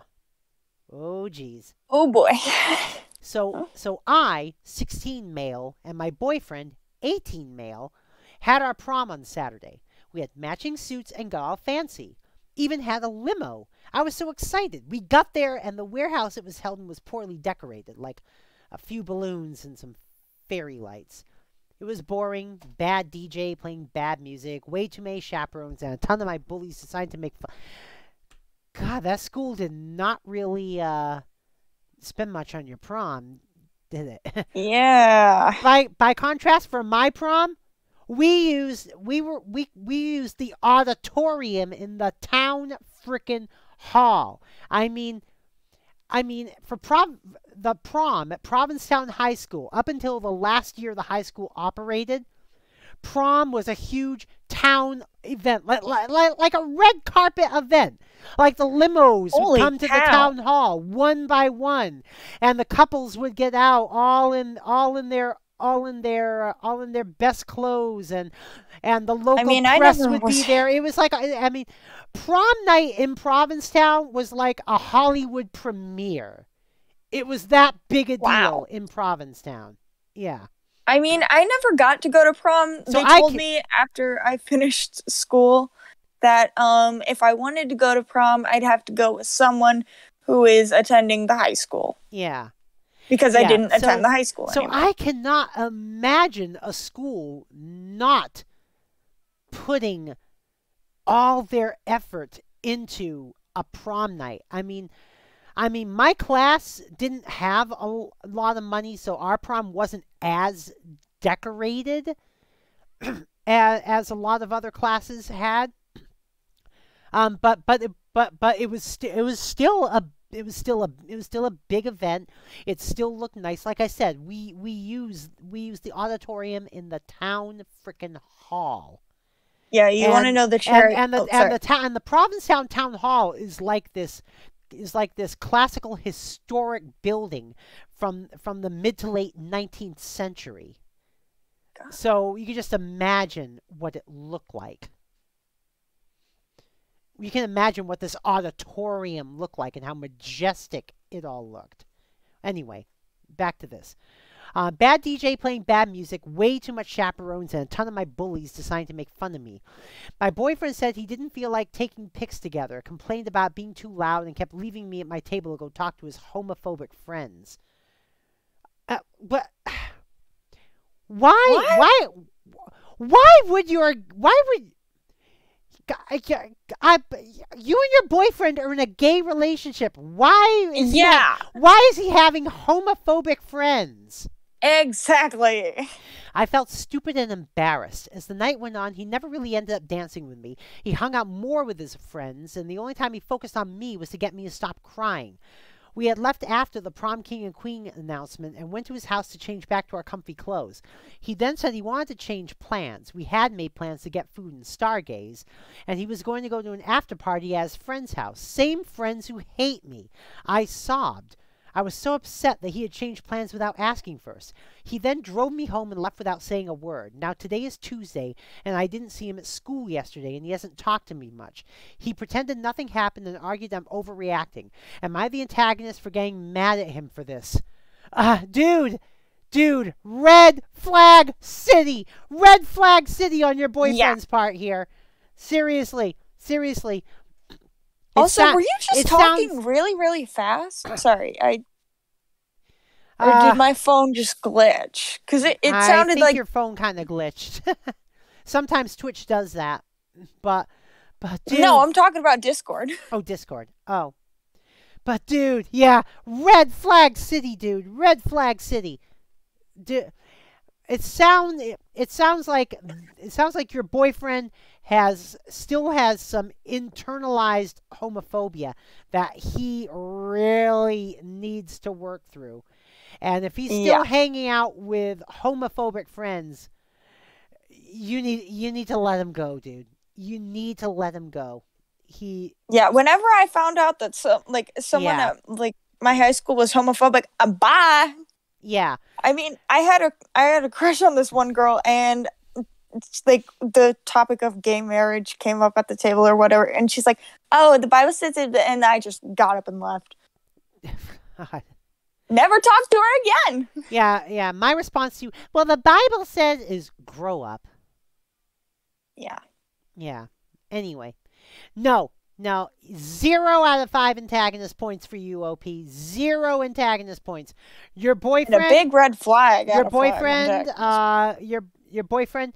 I don't want to go the full 5 out of 5 because it's obvious there's some mental issues that he needs to work out, and that's not Yeah. necessarily his fault. But I will go 4 out of 5 antagonist points for your boyfriend. Yeah. Yeah, And also a yeah, big red flag yeah. out of 5. I mean, he's your boyfriend. He's, I mean, if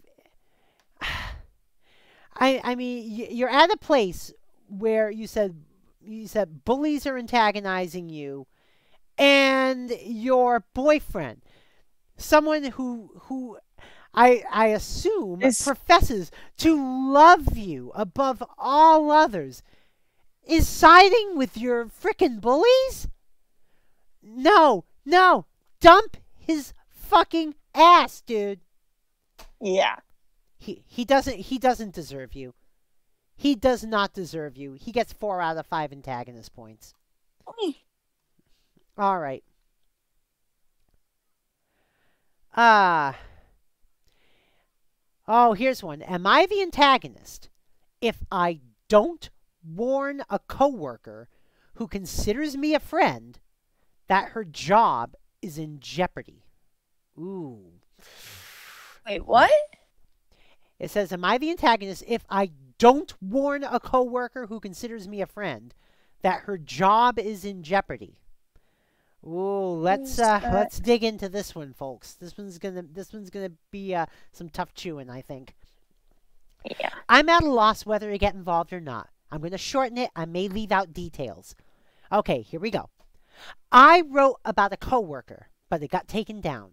For some reason, this young girl who works in my department wanted to be my bestie.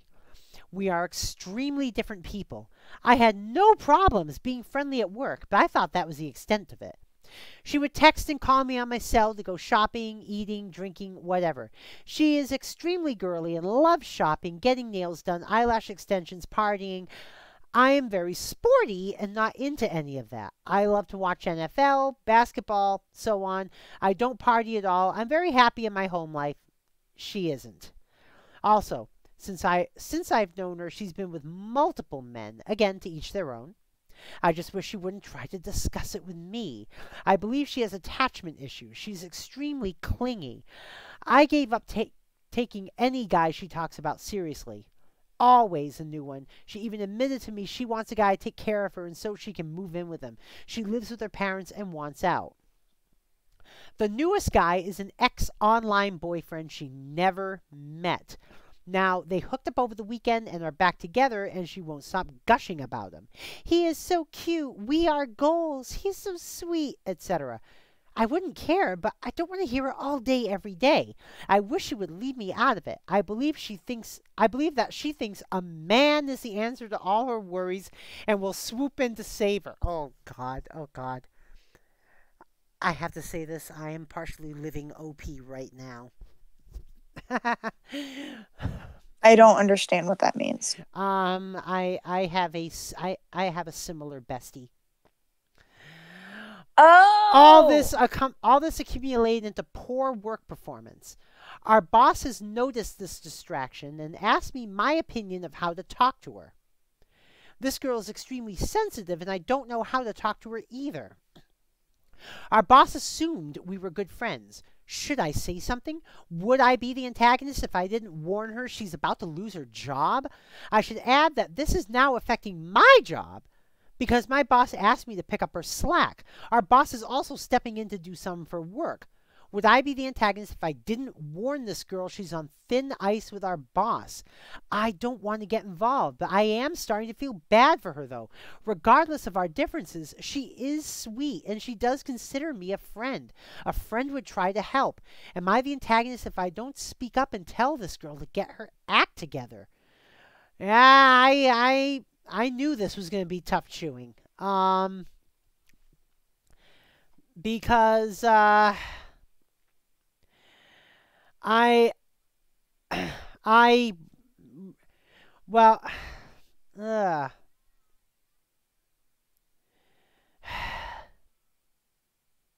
I really don't know. Do you have any initial thoughts on this, Kiyome? Uh, Hmm?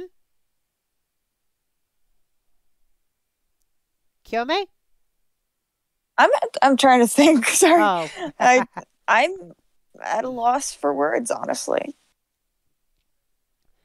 Huh.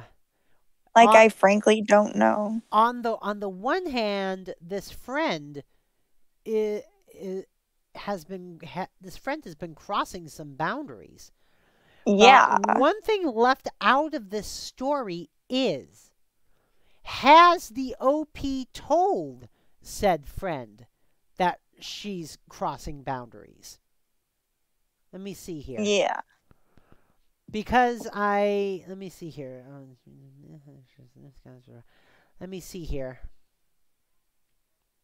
No, there's nothing in here in which the OP says that she has told said friend that she's crossing boundaries.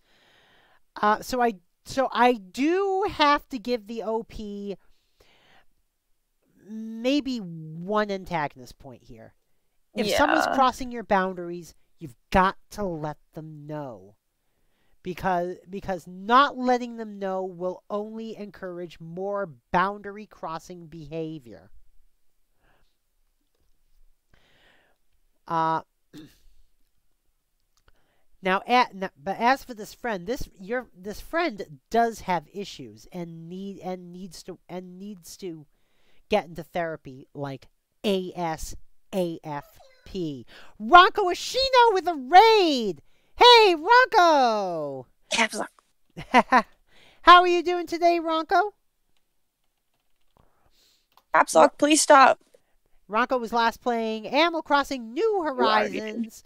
Yeah, Ronco, we're basically debating moral quandaries here with Am I the Antagonist? And this one is kind Ronco. of tough chewing. Basically, we have a story here where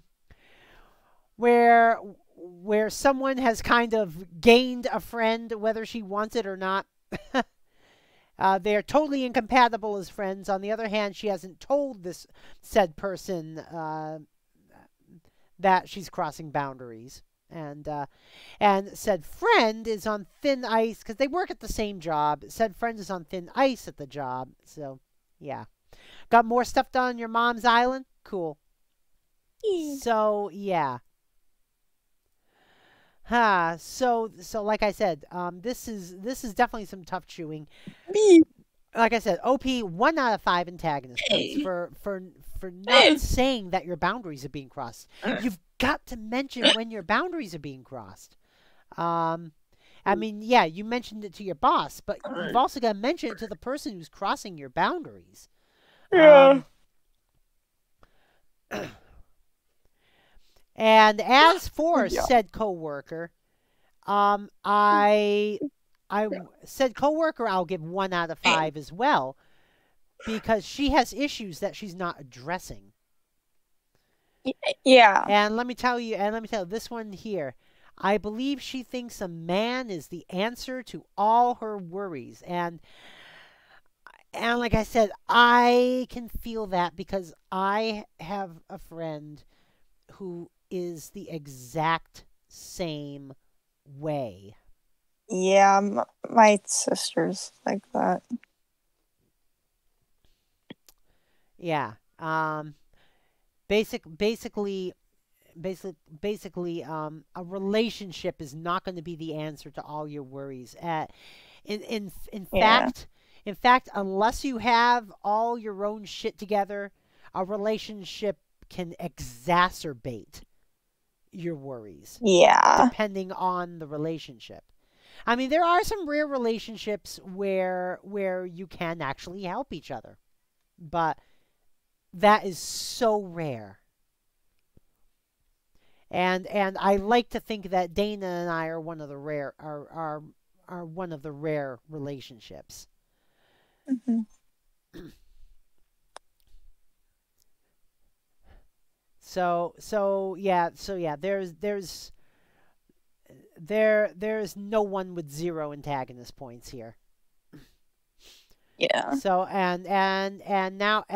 but as for should you tell her her job's on thin ice, and that her stuff is affecting her work performance, I would Yeah. actually say yes, because I feel that telling her that may may finally prompt her to get the help she needs, because Yeah. like I said, there are a lot of people who value their financial security more than they value their mental health. I'm one of those And yeah, people. and I'm one of those as well. And I know, and I know I say my job is ruining my mental health, and Dana says I need to get help, and I probably do. But on the other hand, the reason why my job is affecting my mental health so much is because I end up crossing my mental boundaries to do the best job I can, and because of that, I get performance kudos at work. So What does that mean? it's what that means is it's not affecting my job performance, but my job performance is basically I am performing up to I'm exceeding standards at work at the expense of my mental health. Oh yeah, I'm doing the same thing. Yeah. Yeah, because those burritos do not roll themselves, and yeah. I mean, just the other day, I got a notice from my management saying, "Oh, congratulations, you got 100% on both of your call audits. Great job." And I also got told that and I also got told that once again I'm getting the maximum percent raise because of my performance for this year, you know? So yeah, I'm exceeding expectations at work. At the same time, it's taking a toll on It's my mental health. yeah. So so so my slipping mental health right now is not affecting my job performance. My fear is one day it might. And I feel that. the thing is, Dana's right. I do need help. The only problem is I don't know where to go for it. I feel that. I don't know where to go for it, because the place I used to go for it, the place I used to go for it, I um the pills they had me on weren't working. They really weren't. And the thing is, 20 years ago I used to be on Adderall, and in the long run that didn't work either. So Yeah.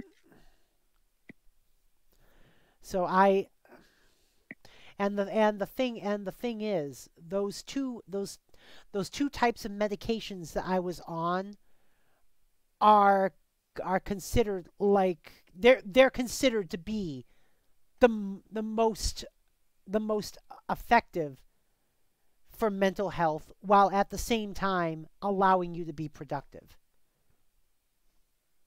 Sometimes, like, Anything else stronger and you're just not productive anymore. And that would take a toll on my job. sometimes some medicines, like, they do the opposite of what they're supposed to do. Yeah. I've had a couple antipsychotics basically make me have even more of a mental breakdown, and they took me off those real I mean, fast. yeah, there is that too.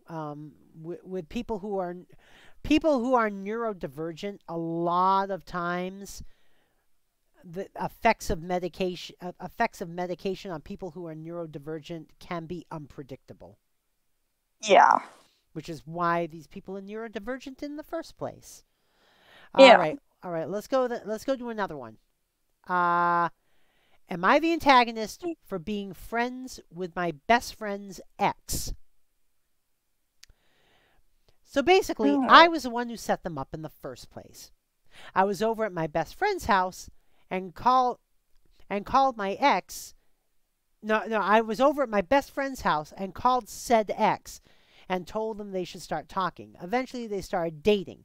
However, after things in their relationship go south and X no longer wants to be friends, best friend and I are no longer friends with X. Okay. I'm the type of person to cling on to people. I was heartbroken by him leaving because I didn't realize at the time what I was doing wrong. Anyway, best friend and I bring him up from time to time, saying how dorky he was and how he's better off without us. Until recently, when school started again, I had to see him in person. He started to really change himself. I did too, and I'm really proud of the person I've become. Time skipped to present day, and I have one class with him. There was one day when he suddenly talked to me, and I was shocked because the last time I talked to him, he stated pretty passionately how much he hates me. But then there were a few other times where we talked, and it seemed like he didn't hate me anymore. Well, he then moved out of my class, and I was curious. I texted him on Instagram, as I recently found out he unblocked me. He surprisingly responded. We talked the entire school day. He said our past is in the past. It's senior year. He couldn't care less. I honestly was happy that we started talking again because I miss our friendship. The thing is, I haven't told my best friend. In fact, I haven't told anyone. And it's a bit surprising because I lost friends because of my big mouth. I haven't told my best friend yet because I think they would drop me because I kept this friendship from them. He did so many bad things to them, and I know everything that he did in detail. Yet here I am, happy that we can eventually hang out soon. Ooh. This one's some tough chewing. Yeah. Well, see, here's the thing. It depends on how much said X has changed. Yeah.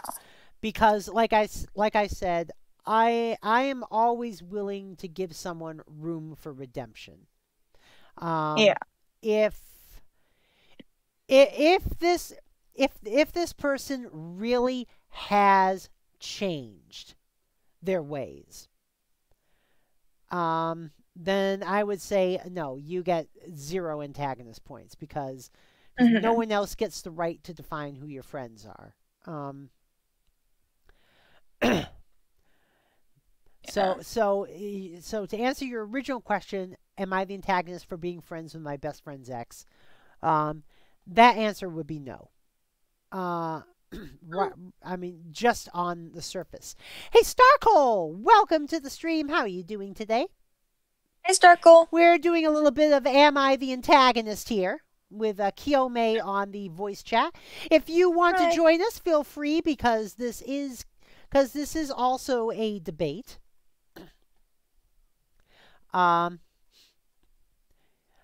the question is, oh, you're having a friend issue yourself, Starkle? Oh no, ouch.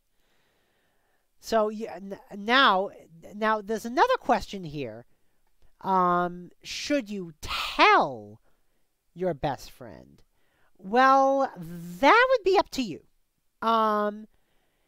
If you remain friends with your best friend's ex, your best friend is eventually going to find out.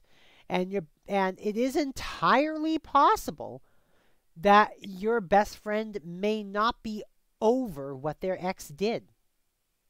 Yeah. So that's something you're going to have to be ready for. Yeah. I wouldn't, like I said, I wouldn't say like it's a betrayal or anything because you don't carry the same pain regarding this person that your bestie does.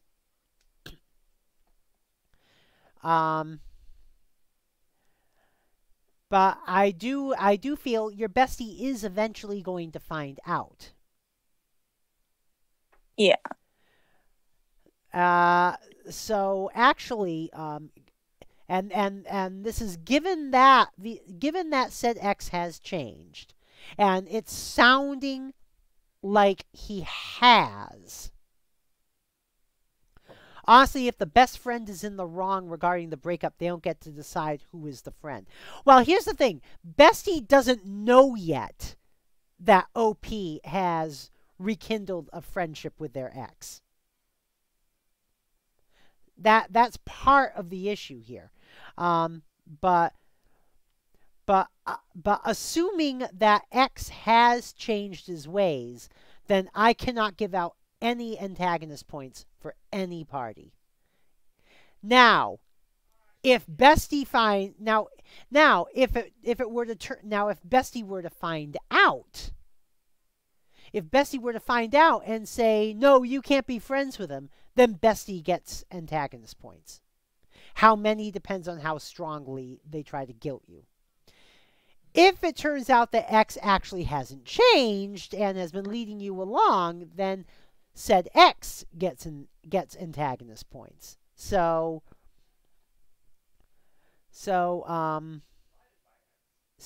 yeah.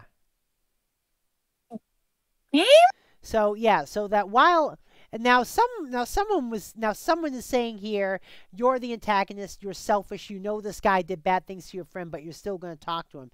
But I go back to where it says that said X seems like he may have changed his ways. And you have got to give people room to do that. You can't just write someone off forever if they are actually showing signs of changing. Yeah, I mentioned that. Well, I mentioned that, hon. Han's like, make sure they're not trying to fake it, and yeah, if he's faking it, yeah, then he gets antagonist points for leading you on. But I am not going to give the OP antagonist points for giving someone a second chance when there is reason to do so. Yeah. Yeah. So, Starcole, you agree with me? Yeah. Yeah. So yeah, the way things stand at this point, I cannot give out any antagonist points. No one is an antagonist here. Is it a tricky situation? Yes. Yeah. Could it result in antagonist points being given out later on? Yes. Oh yeah. But at this point, no antagonist points. And yeah, for this one, no one is the antagonist. All right.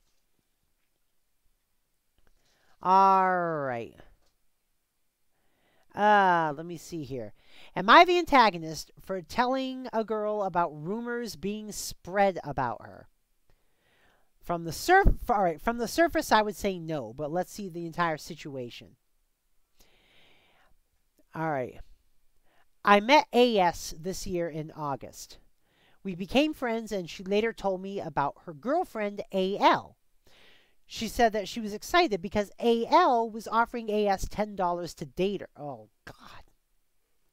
Seriously? Yeah. That's called being an escort. Later on, AS told me that they broke up and AL was emotionally manipulative.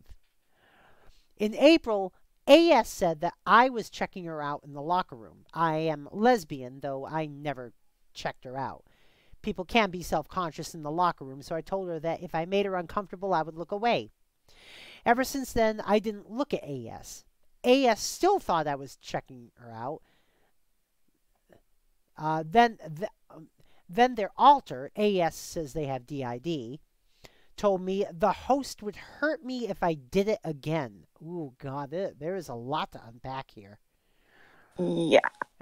I mean, any preliminary views on that, Kilme, as someone with DID yourself? Well, you can't really control what the others think, frankly. Like, Josephine, she can get pretty aggressive, but it's like you can't really control what the others say or do, but you can, however, control like telling people about it. Yeah. Like, don't tell them if one of your alters wants to hurt another person. All right. Afterwards, they met up with me again and told me that wasn't true and that their alter was just being protective. Later on, AS started telling her friends and my friend that I was staring her up and down repeatedly, then looking at her oh, God. This is completely false. They told me I was horny-brained, and when I denied that, they told me to leave the section where we were changing and go somewhere else. I listened because I don't want to make anyone uncomfortable in the locker room.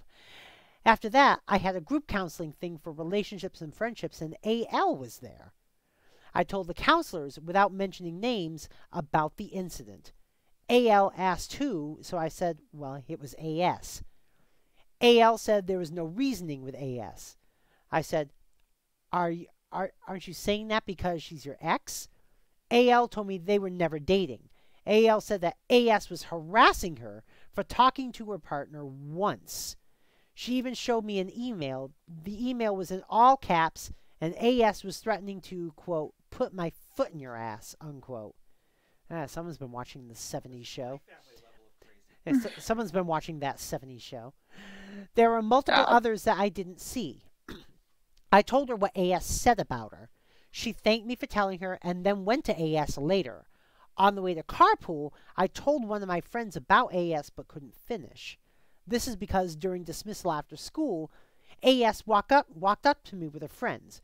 She screamed, OP, were you spreading rumors about me? On instinct, I denied it. AS said that AL told her about the $10 thing.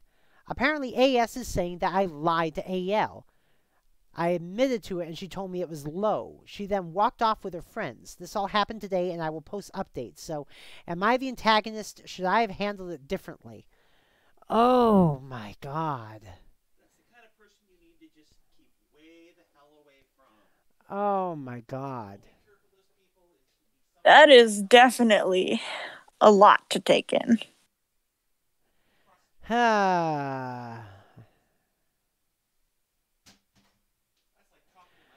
All right. Well, it does not sound like OP actually lied.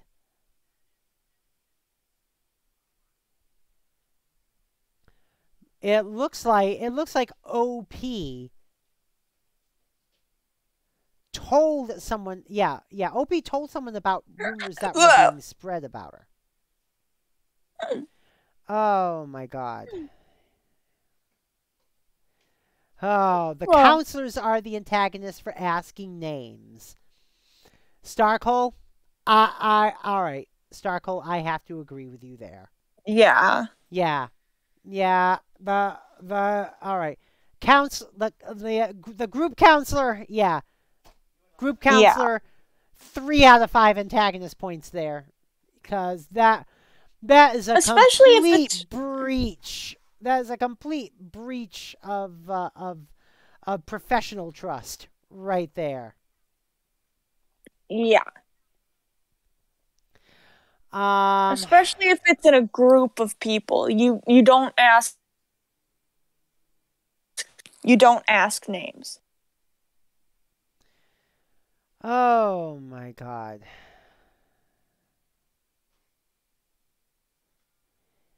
Oh jeez.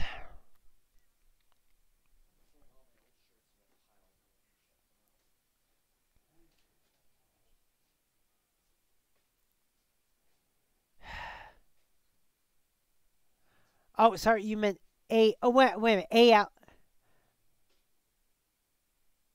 Oh, A. Oh, no. No, Starkle was like AL. AL asked the name, not the counselors. Oh. Okay. Counselors are fine. AL asked for names, so I mouthed out AL. Okay. All right. All right.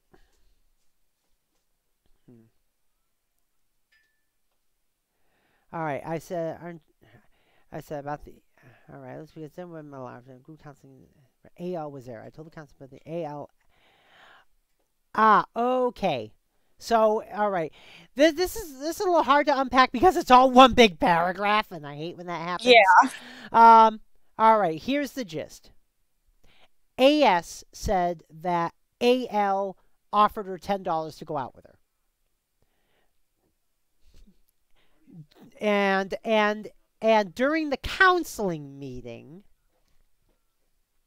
OP mentioned that heard a story about about someone, no, about AL offering someone $10 to go out with him. AL asked who said that, and OP said, "Oh, it was AS. It was AS who spread this rumor." Game wasn't even in the thing. So that's what happened. So all right. At this point, there is only one person. There is one person who does not get any antagonist points for this. Is that OP? And that's the counselors actually. Everyone else gets antagonist points. AL, wait, so how did AL for asking during a counselor's meeting who was spreading the rumor. That's something that should not have been brought out in the counseling meeting. Yeah. AS for spreading the rumor in the first place. And OP for answering AL's question. True. Yeah.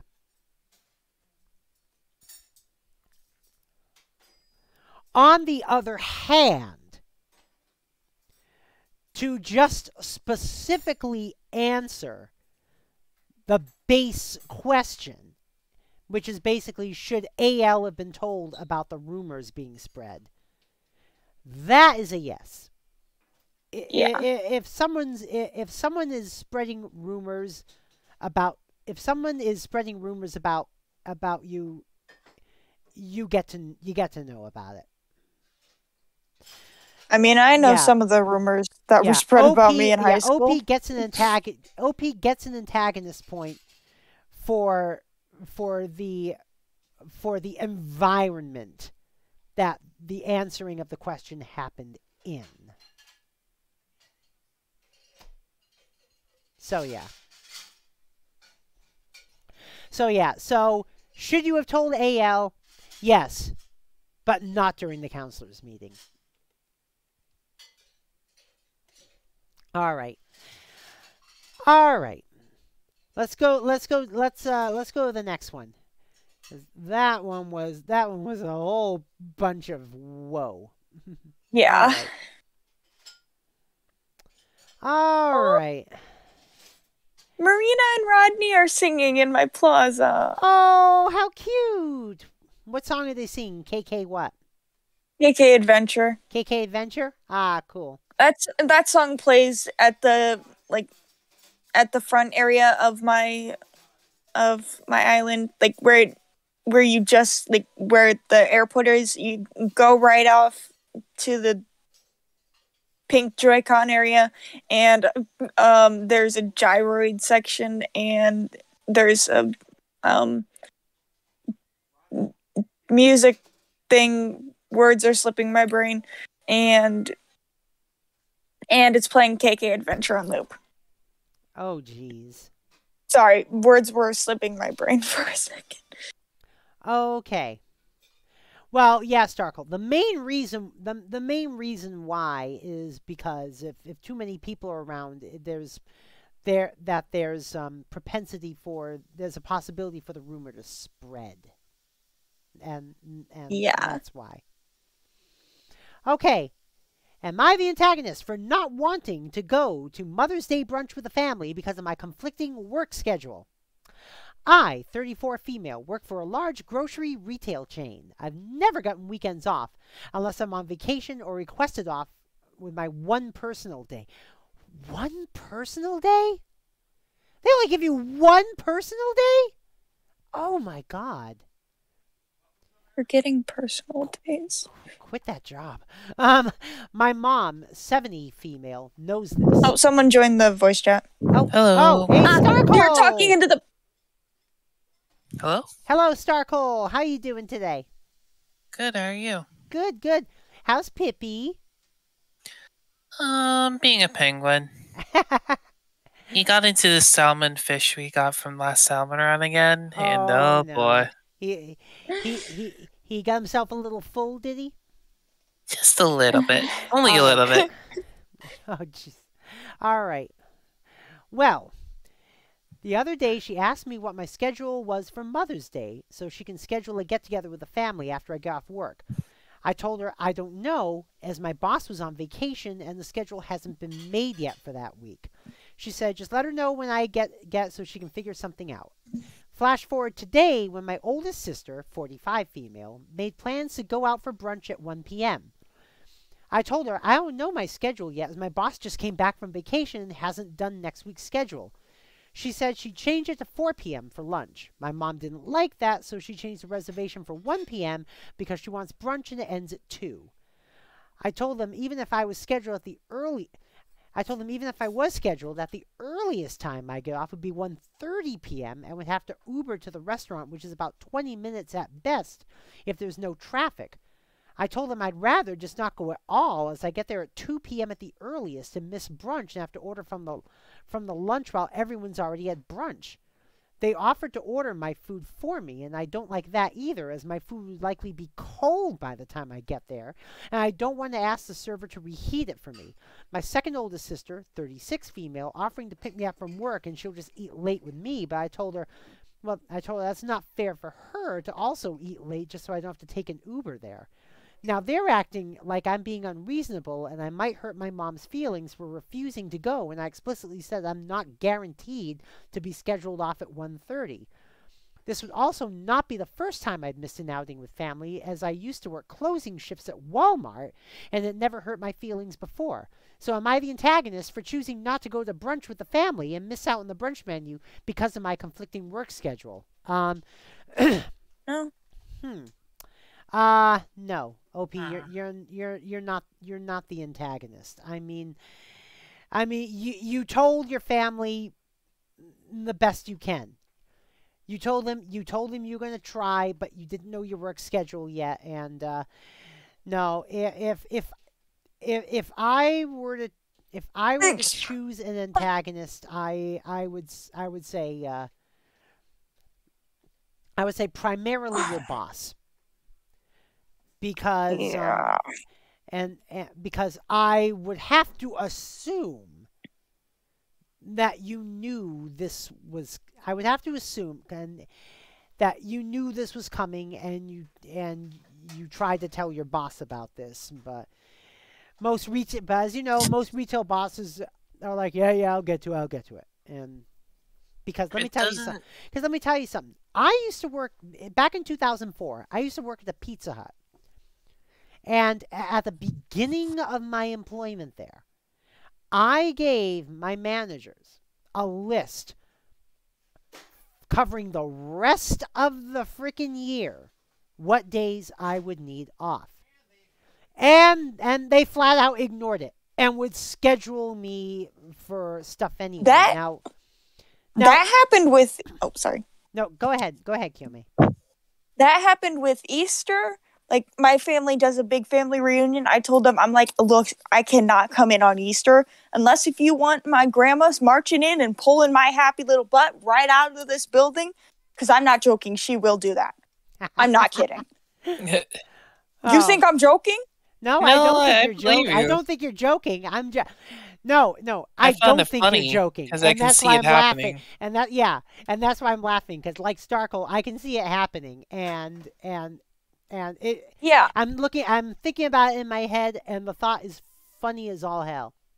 Anyway. Yeah, I mean, I'm thinking about it too, and basically, we got the whole situation worked out. I didn't have to work that Easter weekend. It turns out I had it scheduled off, and then a manager put me on schedule without telling the other managers, and did that for a lot of other people too. And yesterday, I didn't, I have to work tomorrow now because they didn't give me yesterday off. Yesterday was Eid, the equivalent of Muslim Christmas, basically, to for put all it intents in and purposes. Yep. Yeah. Yeah. And of course Eid is like what 3 or 4 weeks earlier every year. Yep. Yeah. Well, not 3 or 4 weeks earlier. It's about like 11, 12 days earlier. Okay. Yeah, because I know it's going on what, an 11-month Muslim calendar or something like that. Yeah, Yeah. Yeah, so going on Eid the lunar always drifts calendar. back further and further in the year per year. And there's even Honestly, and there's even the occasional year where you might get two Eids, one in early Yeah. January and one in late December. Anyway, yeah. But what I would do is, if I was scheduled for a day that I told them I was gonna have to have off, all I would do is I would take a pencil and just scratch it out on the schedule, and they never questioned it. Oh wow. They never questioned it. I would just scratch out in the schedule, and I guess they would just assume that another manager approved it. My But, gosh. that's Yeah. that's amazing, DJ. Hmm. I'm just kind of reading this objectively. I don't know. I'm just reading this, and I'm like, okay, I see two people in the wrong here. Yeah, but what I'm saying is, I was lucky that I had a management that either didn't notice or didn't care that I was doing that. And like I said, that was just pure luck. Yeah. Most in that situation probably would have gotten fired for it, and that's why I'm not giving any antagonist points to the OP. Yeah, I Right. agree there. So what were you saying, Starkle? I agree with you that like the person who's writing this is not at fault. All right. But you said there were two people who were. Yes. All right. Because I would say the older sister, because she made the plans. And because she decided to give in to her mom, who didn't want lunch but rather brunch. Yeah. yeah, and then I also would blame mom a little bit because she's like, no, I want brunch, knowing that Well, her on the daughter other hand, Means. had told her. well, on the other hand, Oh. well, on Sorry. the other hand, it is Mother's Day. Yeah. Mom does Half get a point. Yeah, so mom does get the ability to call the shots. And apparently and this is where this is where I actually do agree with you, Starcole. I will give the mom half an antagonist point Yeah. for Yeah. being okay with doing this at a time where her younger daughter can't come. Yep. Yeah. And just like the thing is, like, if mom On the other hand, gets it's angry, it's her right to do it because it's Mother's Day. On the other Yeah. hand, Mom, why are you okay with picking a time where one of your daughters can't come? Yep. Yeah. I was gonna say, like, have if a mom feeling gets that the- angry at the that the- daughter for it, then she's at fault. Yeah. I have a feeling And, that like- the one daughter is going to get yelled at and she'll be like, I was at work. And Yeah. Yeah, like if she gets yelled at for it, then it's not fair because she told you valid reasoning Yeah. why. But Yeah, if she told mom you- is like, And the thing is, even at the later time, there was no guarantee that she'd be able to get off, and she said that. She just said the Yeah. earliest she could get off is 1:30. yep, So scheduling it at 1 means that she definitely can't attend. Scheduling it at 4 meant gives that you a she chance, could but unlikely. attend. Yeah. So apparently mom is okay with her younger daughter not being able to make it, and yeah, and that is a little selfish, and she gets half an antagonist point for that. Yeah, I Yeah. was gonna say, like, at the same time, like, Yeah. if she knows it's not the daughter's fault, then boss is 100%. But yeah, to blame. OP, no antagonist points here. You got to keep your job. Work, you- unfortunately, I becomes a mean, force. I mean, do I think you should try to get out of this job? Yeah, like, try to yes. find someone, yeah. But Yeah. you can't just quit a job without having something waiting in the wings. Not Exactly. where Yeah. the economy is at this point in time. yeah, no. All right. Just All know right. how it works, yeah. OP, you're okay. Okay. Mom, I feel bad, but kind of a jerk for not letting your daughter. All right. Would I be the antagonist if I rehomed the family pets? Ooh. Oh boy. This one's short. About 2.5 years ago, we bought chickens for my kids. I do buy the food and bedding, but the kids do all the care for them. The problem is that the chickens dig holes and scratch up the yard and make a giant mess everywhere, poop on the deck and all over the grass. Would I be wrong to make my kids rehome them to a farm willing to keep them and allow us to visit? Well, Ooh. here's the thing, Hmm. and it has to do with the fact that we don't have a lot of information to go on, and part of that information is what condition is what conditions are the chickens living in now? Yeah. If the kid, I mean, yeah, they make it giant. Yeah, they poop on the deck. They poop all over the grass. Um, and now, first of all, if this mess is being cleaned up and these chickens are still being taken care of, then I would say, yeah, you're the antagonist. But if if you can't keep up with the cleaning, if the kids can't if the kids can't keep up with it, and if the actual conditions are getting worse and worse, then it would be best for the chickens to give them somewhere else to live. So We. so That's from the information we have, this is inconclusive because it depends on the conditions that the chickens are being kept in now. If the kids are actually cleaning up after them and keeping them in good conditions, then no, all you would do is devastate the kids. But if the kids can't keep up with it, then then it would be bad for the chickens to keep them where they are. So Mhm. inconclusive. yeah. I was gonna say that Yeah. as well. Like there, this question is like super vague because Super vague. I wanna know like how old are the kids? Are they on the younger side or on the older side? Because that really factors in it for me. Mm. Yeah. If the kids are like on the older end, like 15 going plus, like that, they're probably gonna be like doing their own thing soon and like may not take care of the chickens anymore. So that's okay for mom to do it.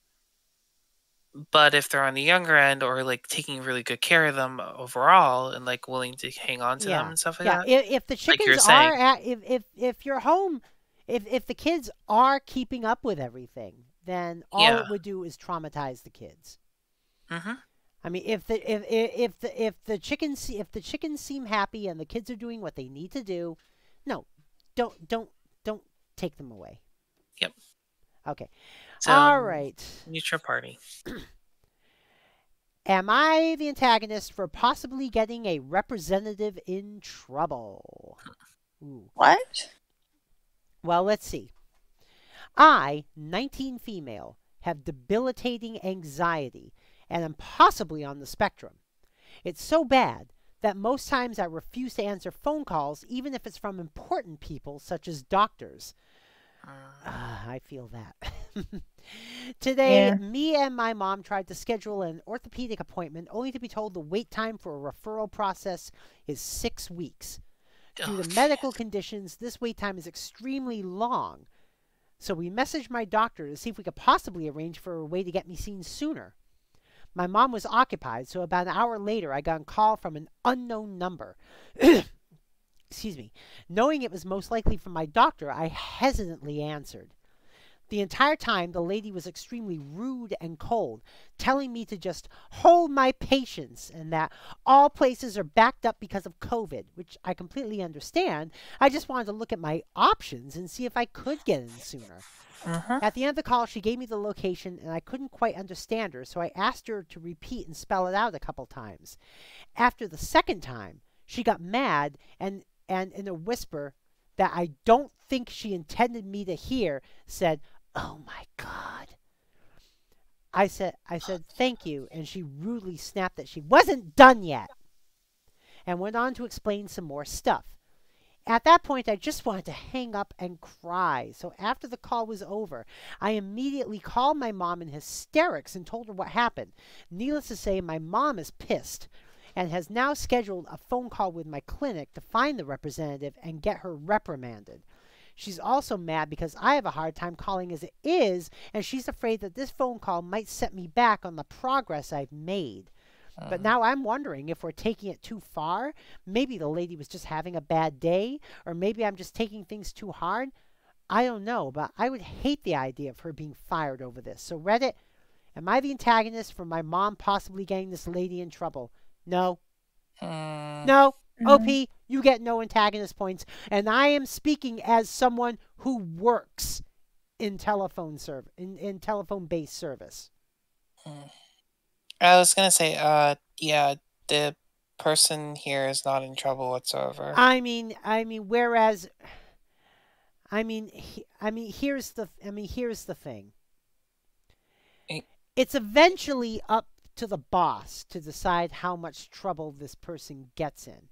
And if it was a case where the person was just having a bad day, then she would be reprimanded accordingly, let's just say, and probably wouldn't be in too much trouble. I mean, it's happened to me as well. On the other hand, this behavior does need to be reported. So you are not the antagonist here. The phone rep gets 2 out of 5 antagonist points for her behavior on the phone. What do you think of mom in this case, TJ? When I think of the mom, Yeah. no antagonist points. Really? No antagonist points, because mom and daughter are in the right to report the behavior. And like I said, they said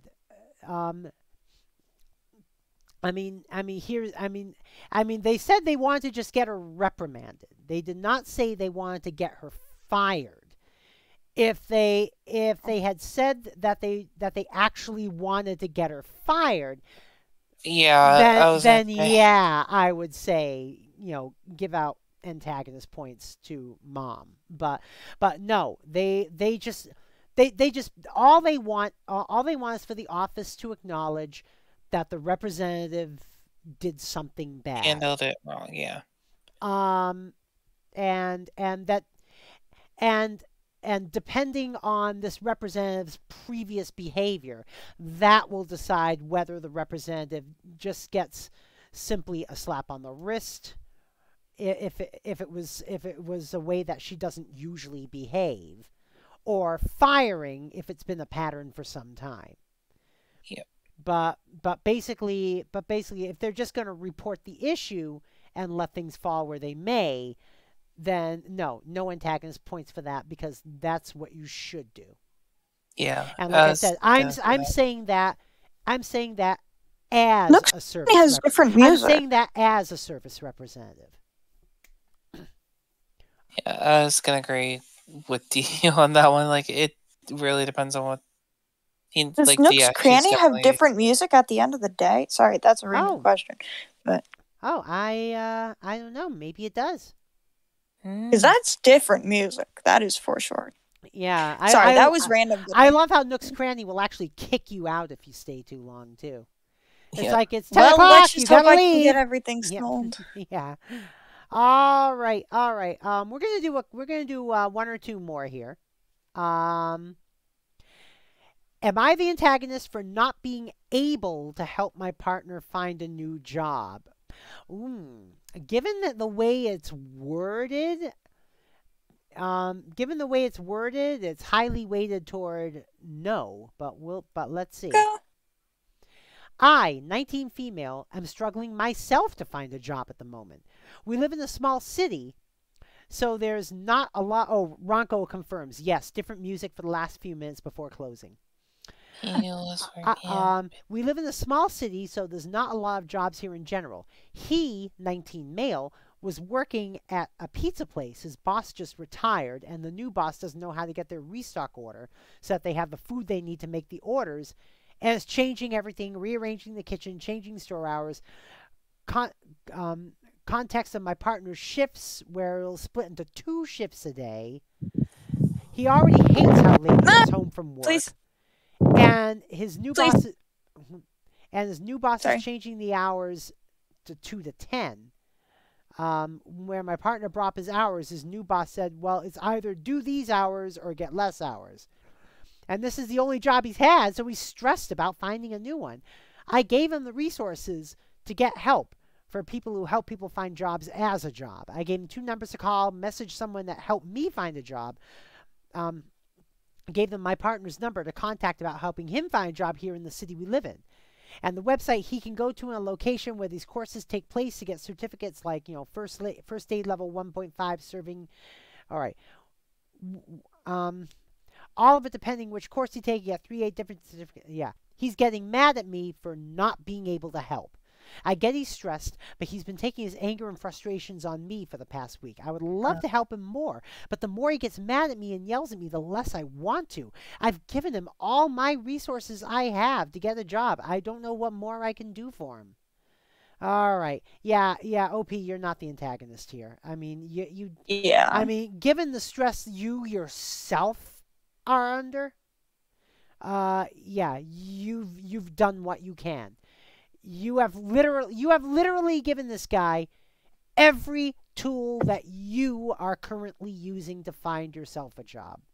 Interesting.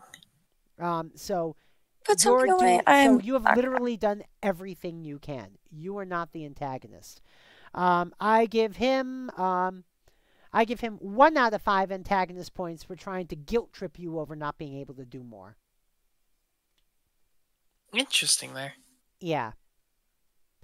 I was gonna say, I get he's frustrated, but he's you're not able to help. Dude, she has helped you. She's helped you to the best of her ability. I was gonna give her a 0.25 on the antagonist scale. Why? Only because she knows he's stressed and she's she's stressed too. she has to they're both stressed out, and she understands that he's getting mad and they're both being mad at I just think communication here. Well, there is that. If you have a problem with him yelling at you, you need to. I know that's easier said than done, but Milklings don't. Be a little bit assertive. Be a little bit assertive. Talk to him about it. Tell him. Yeah. And that's where that's the only reason why I give a little bit. If you have a problem, talk to each other about it. Don't bottle this up and keep this kind of high and trying to help him. You both want to talk it out. But that's the only reason why I give antagonist. The thing is, it sounds like they have been talking about it. That's the thing. I mean, the fact that she's been giving him resources means that they've been talking about it. All right. Well, that part we don't necessarily know in this case. We know that she's giving it, but it's just how is she giving it? But I am definitely giving him an antagonist point. Yeah, he does get it. For guilt tripping her. 100%. Because I can see, because she says, the more he gets mad at me and yells at me, the less I want to help him. And I can understand that. I can understand that completely. Mm-hmm. All right, let's do one more and then call it a stream. All right.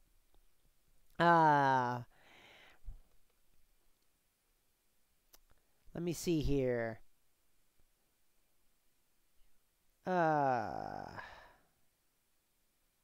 He's not sharing snacks with the boy who claims he's. All right, here we go. We're going to do a big one here. Would I be the antagonist for not celebrating my sister-in-law who doesn't have kids on Mother's Day? What? Yeah. I, 27 female, have a brother, male 26 male, and 2 sisters, 30 female, 32 female. My brother got married a year ago to my sister-in-law, 24, female. Before they got married, they only knew each other for a few months, and sister-in-law has yet to acclimate to our family since. I don't know what that means. Well, Basically, in other words, they haven't been like functionally met them, haven't gotten to get know her in like being invited into the family. Basically, brother got married to sister-in-law only a few months after they met. So like we barely know her, and now she wants to be part of the family. Sister-in-law hasn't met too much of the family. So my sisters and I are very close because we all have children and we're close in age. I was looking forward to celebrating Mother's Day with them as we do every year. We usually have a big brunch in our family home and spend the day with all our children. This would be sister-in-law's first Mother's Day with us. All right, so she's invited to the celebration, so we do know that.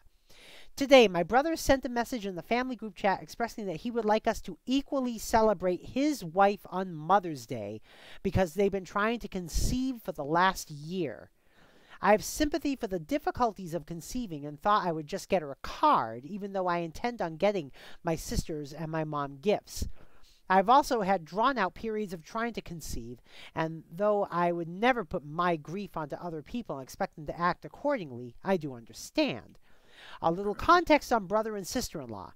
Sister-in-law makes a living on an adult content subscription site, and they both live off it. They live very free lives of partying and festivals. They travel and sleep until 2 p.m. All of these things are fine. They should, live their lives and enjoy them before they have kids. However, sister-in-law really hit a chord for me when she responded in the group chat. She said, word for word, "Please comply with our wishes as I am just as much of a mother as you girls are." Oh, God.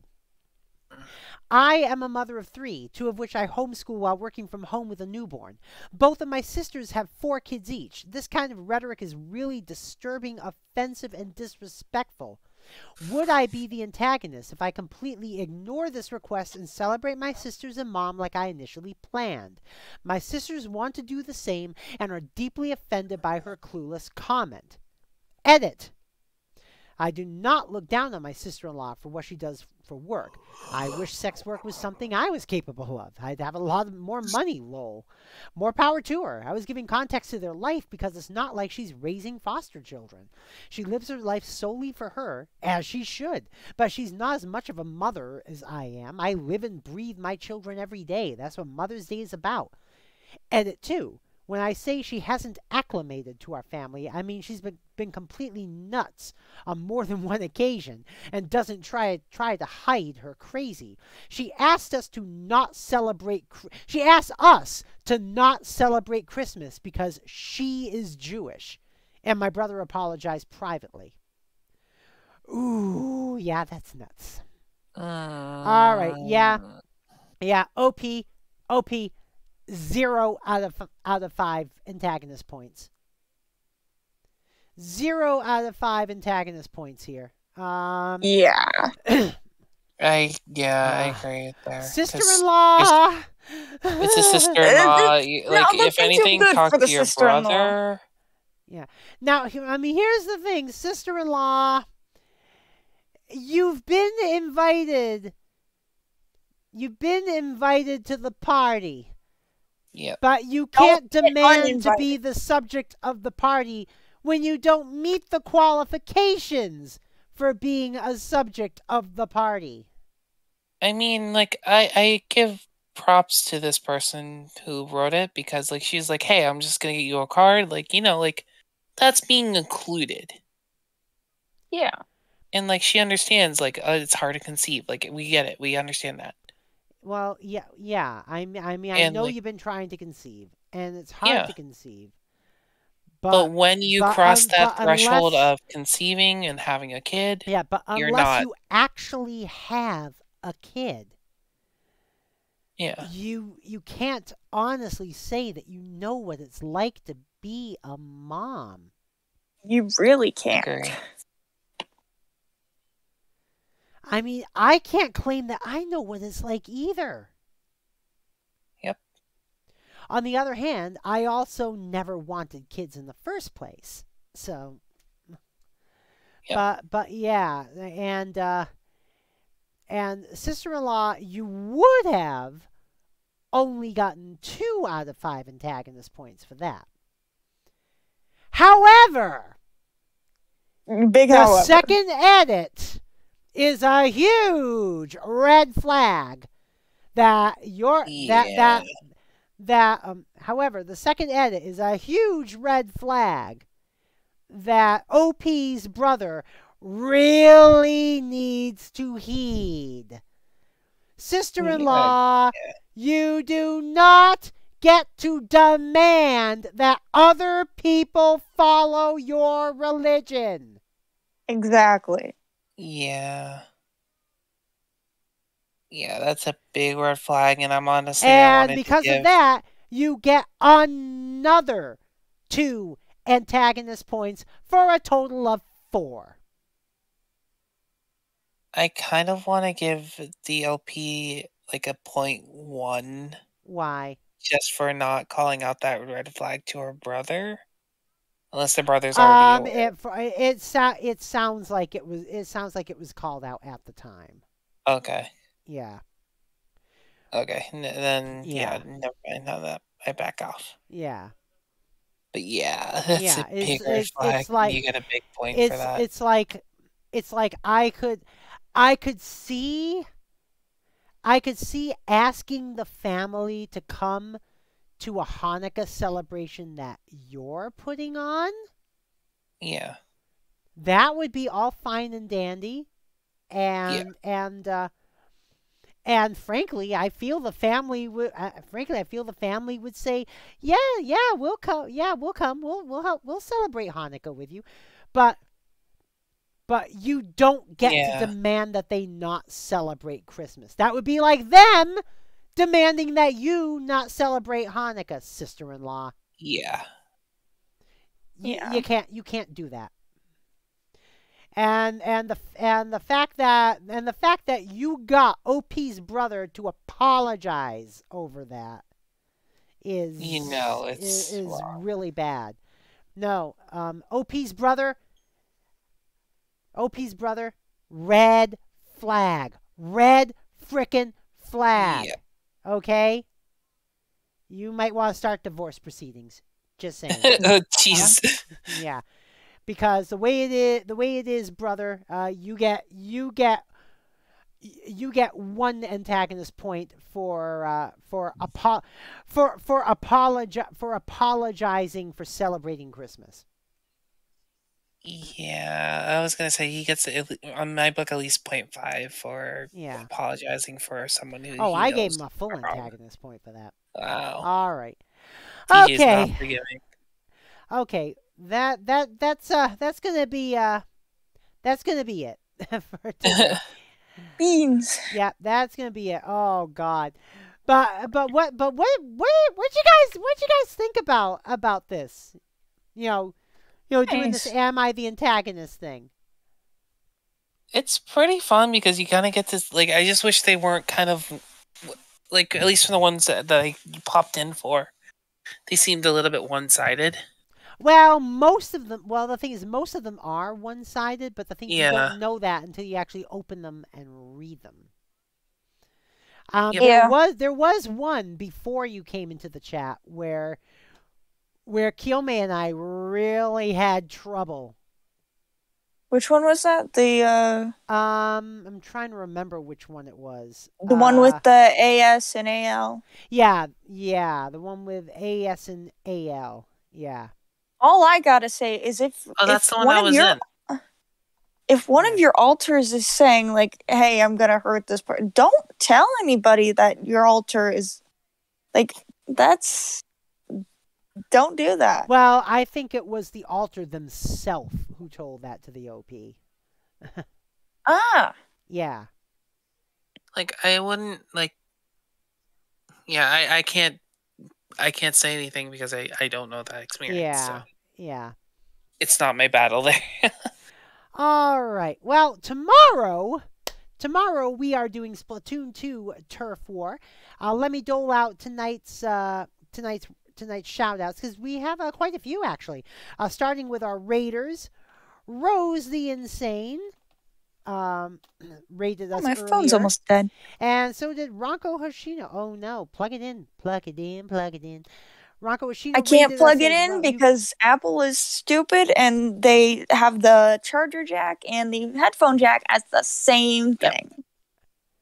Oh geez. Oh yeah. Don't that's worry, right. Androids are moving that direction too. Yeah, and Androids already have moved that direction. Actually, the newest Samsungs don't have headphone jacks anymore. Yep. And neither do the new Google Pixels. So Rose was last doing an art stream, and she does great art, by the way. She even kind of has her own little style and her own little characters that are really cute, and you will love them. Yeah, Emmy, tomorrow for ranked at 8 p.m. there's splat zones. Oh, okay. So it looks like I will be able to fulfill that tomorrow. But all right. And as for Ronco Ishino, she was last doing Animal Crossing New Horizons. Give her a follow as well.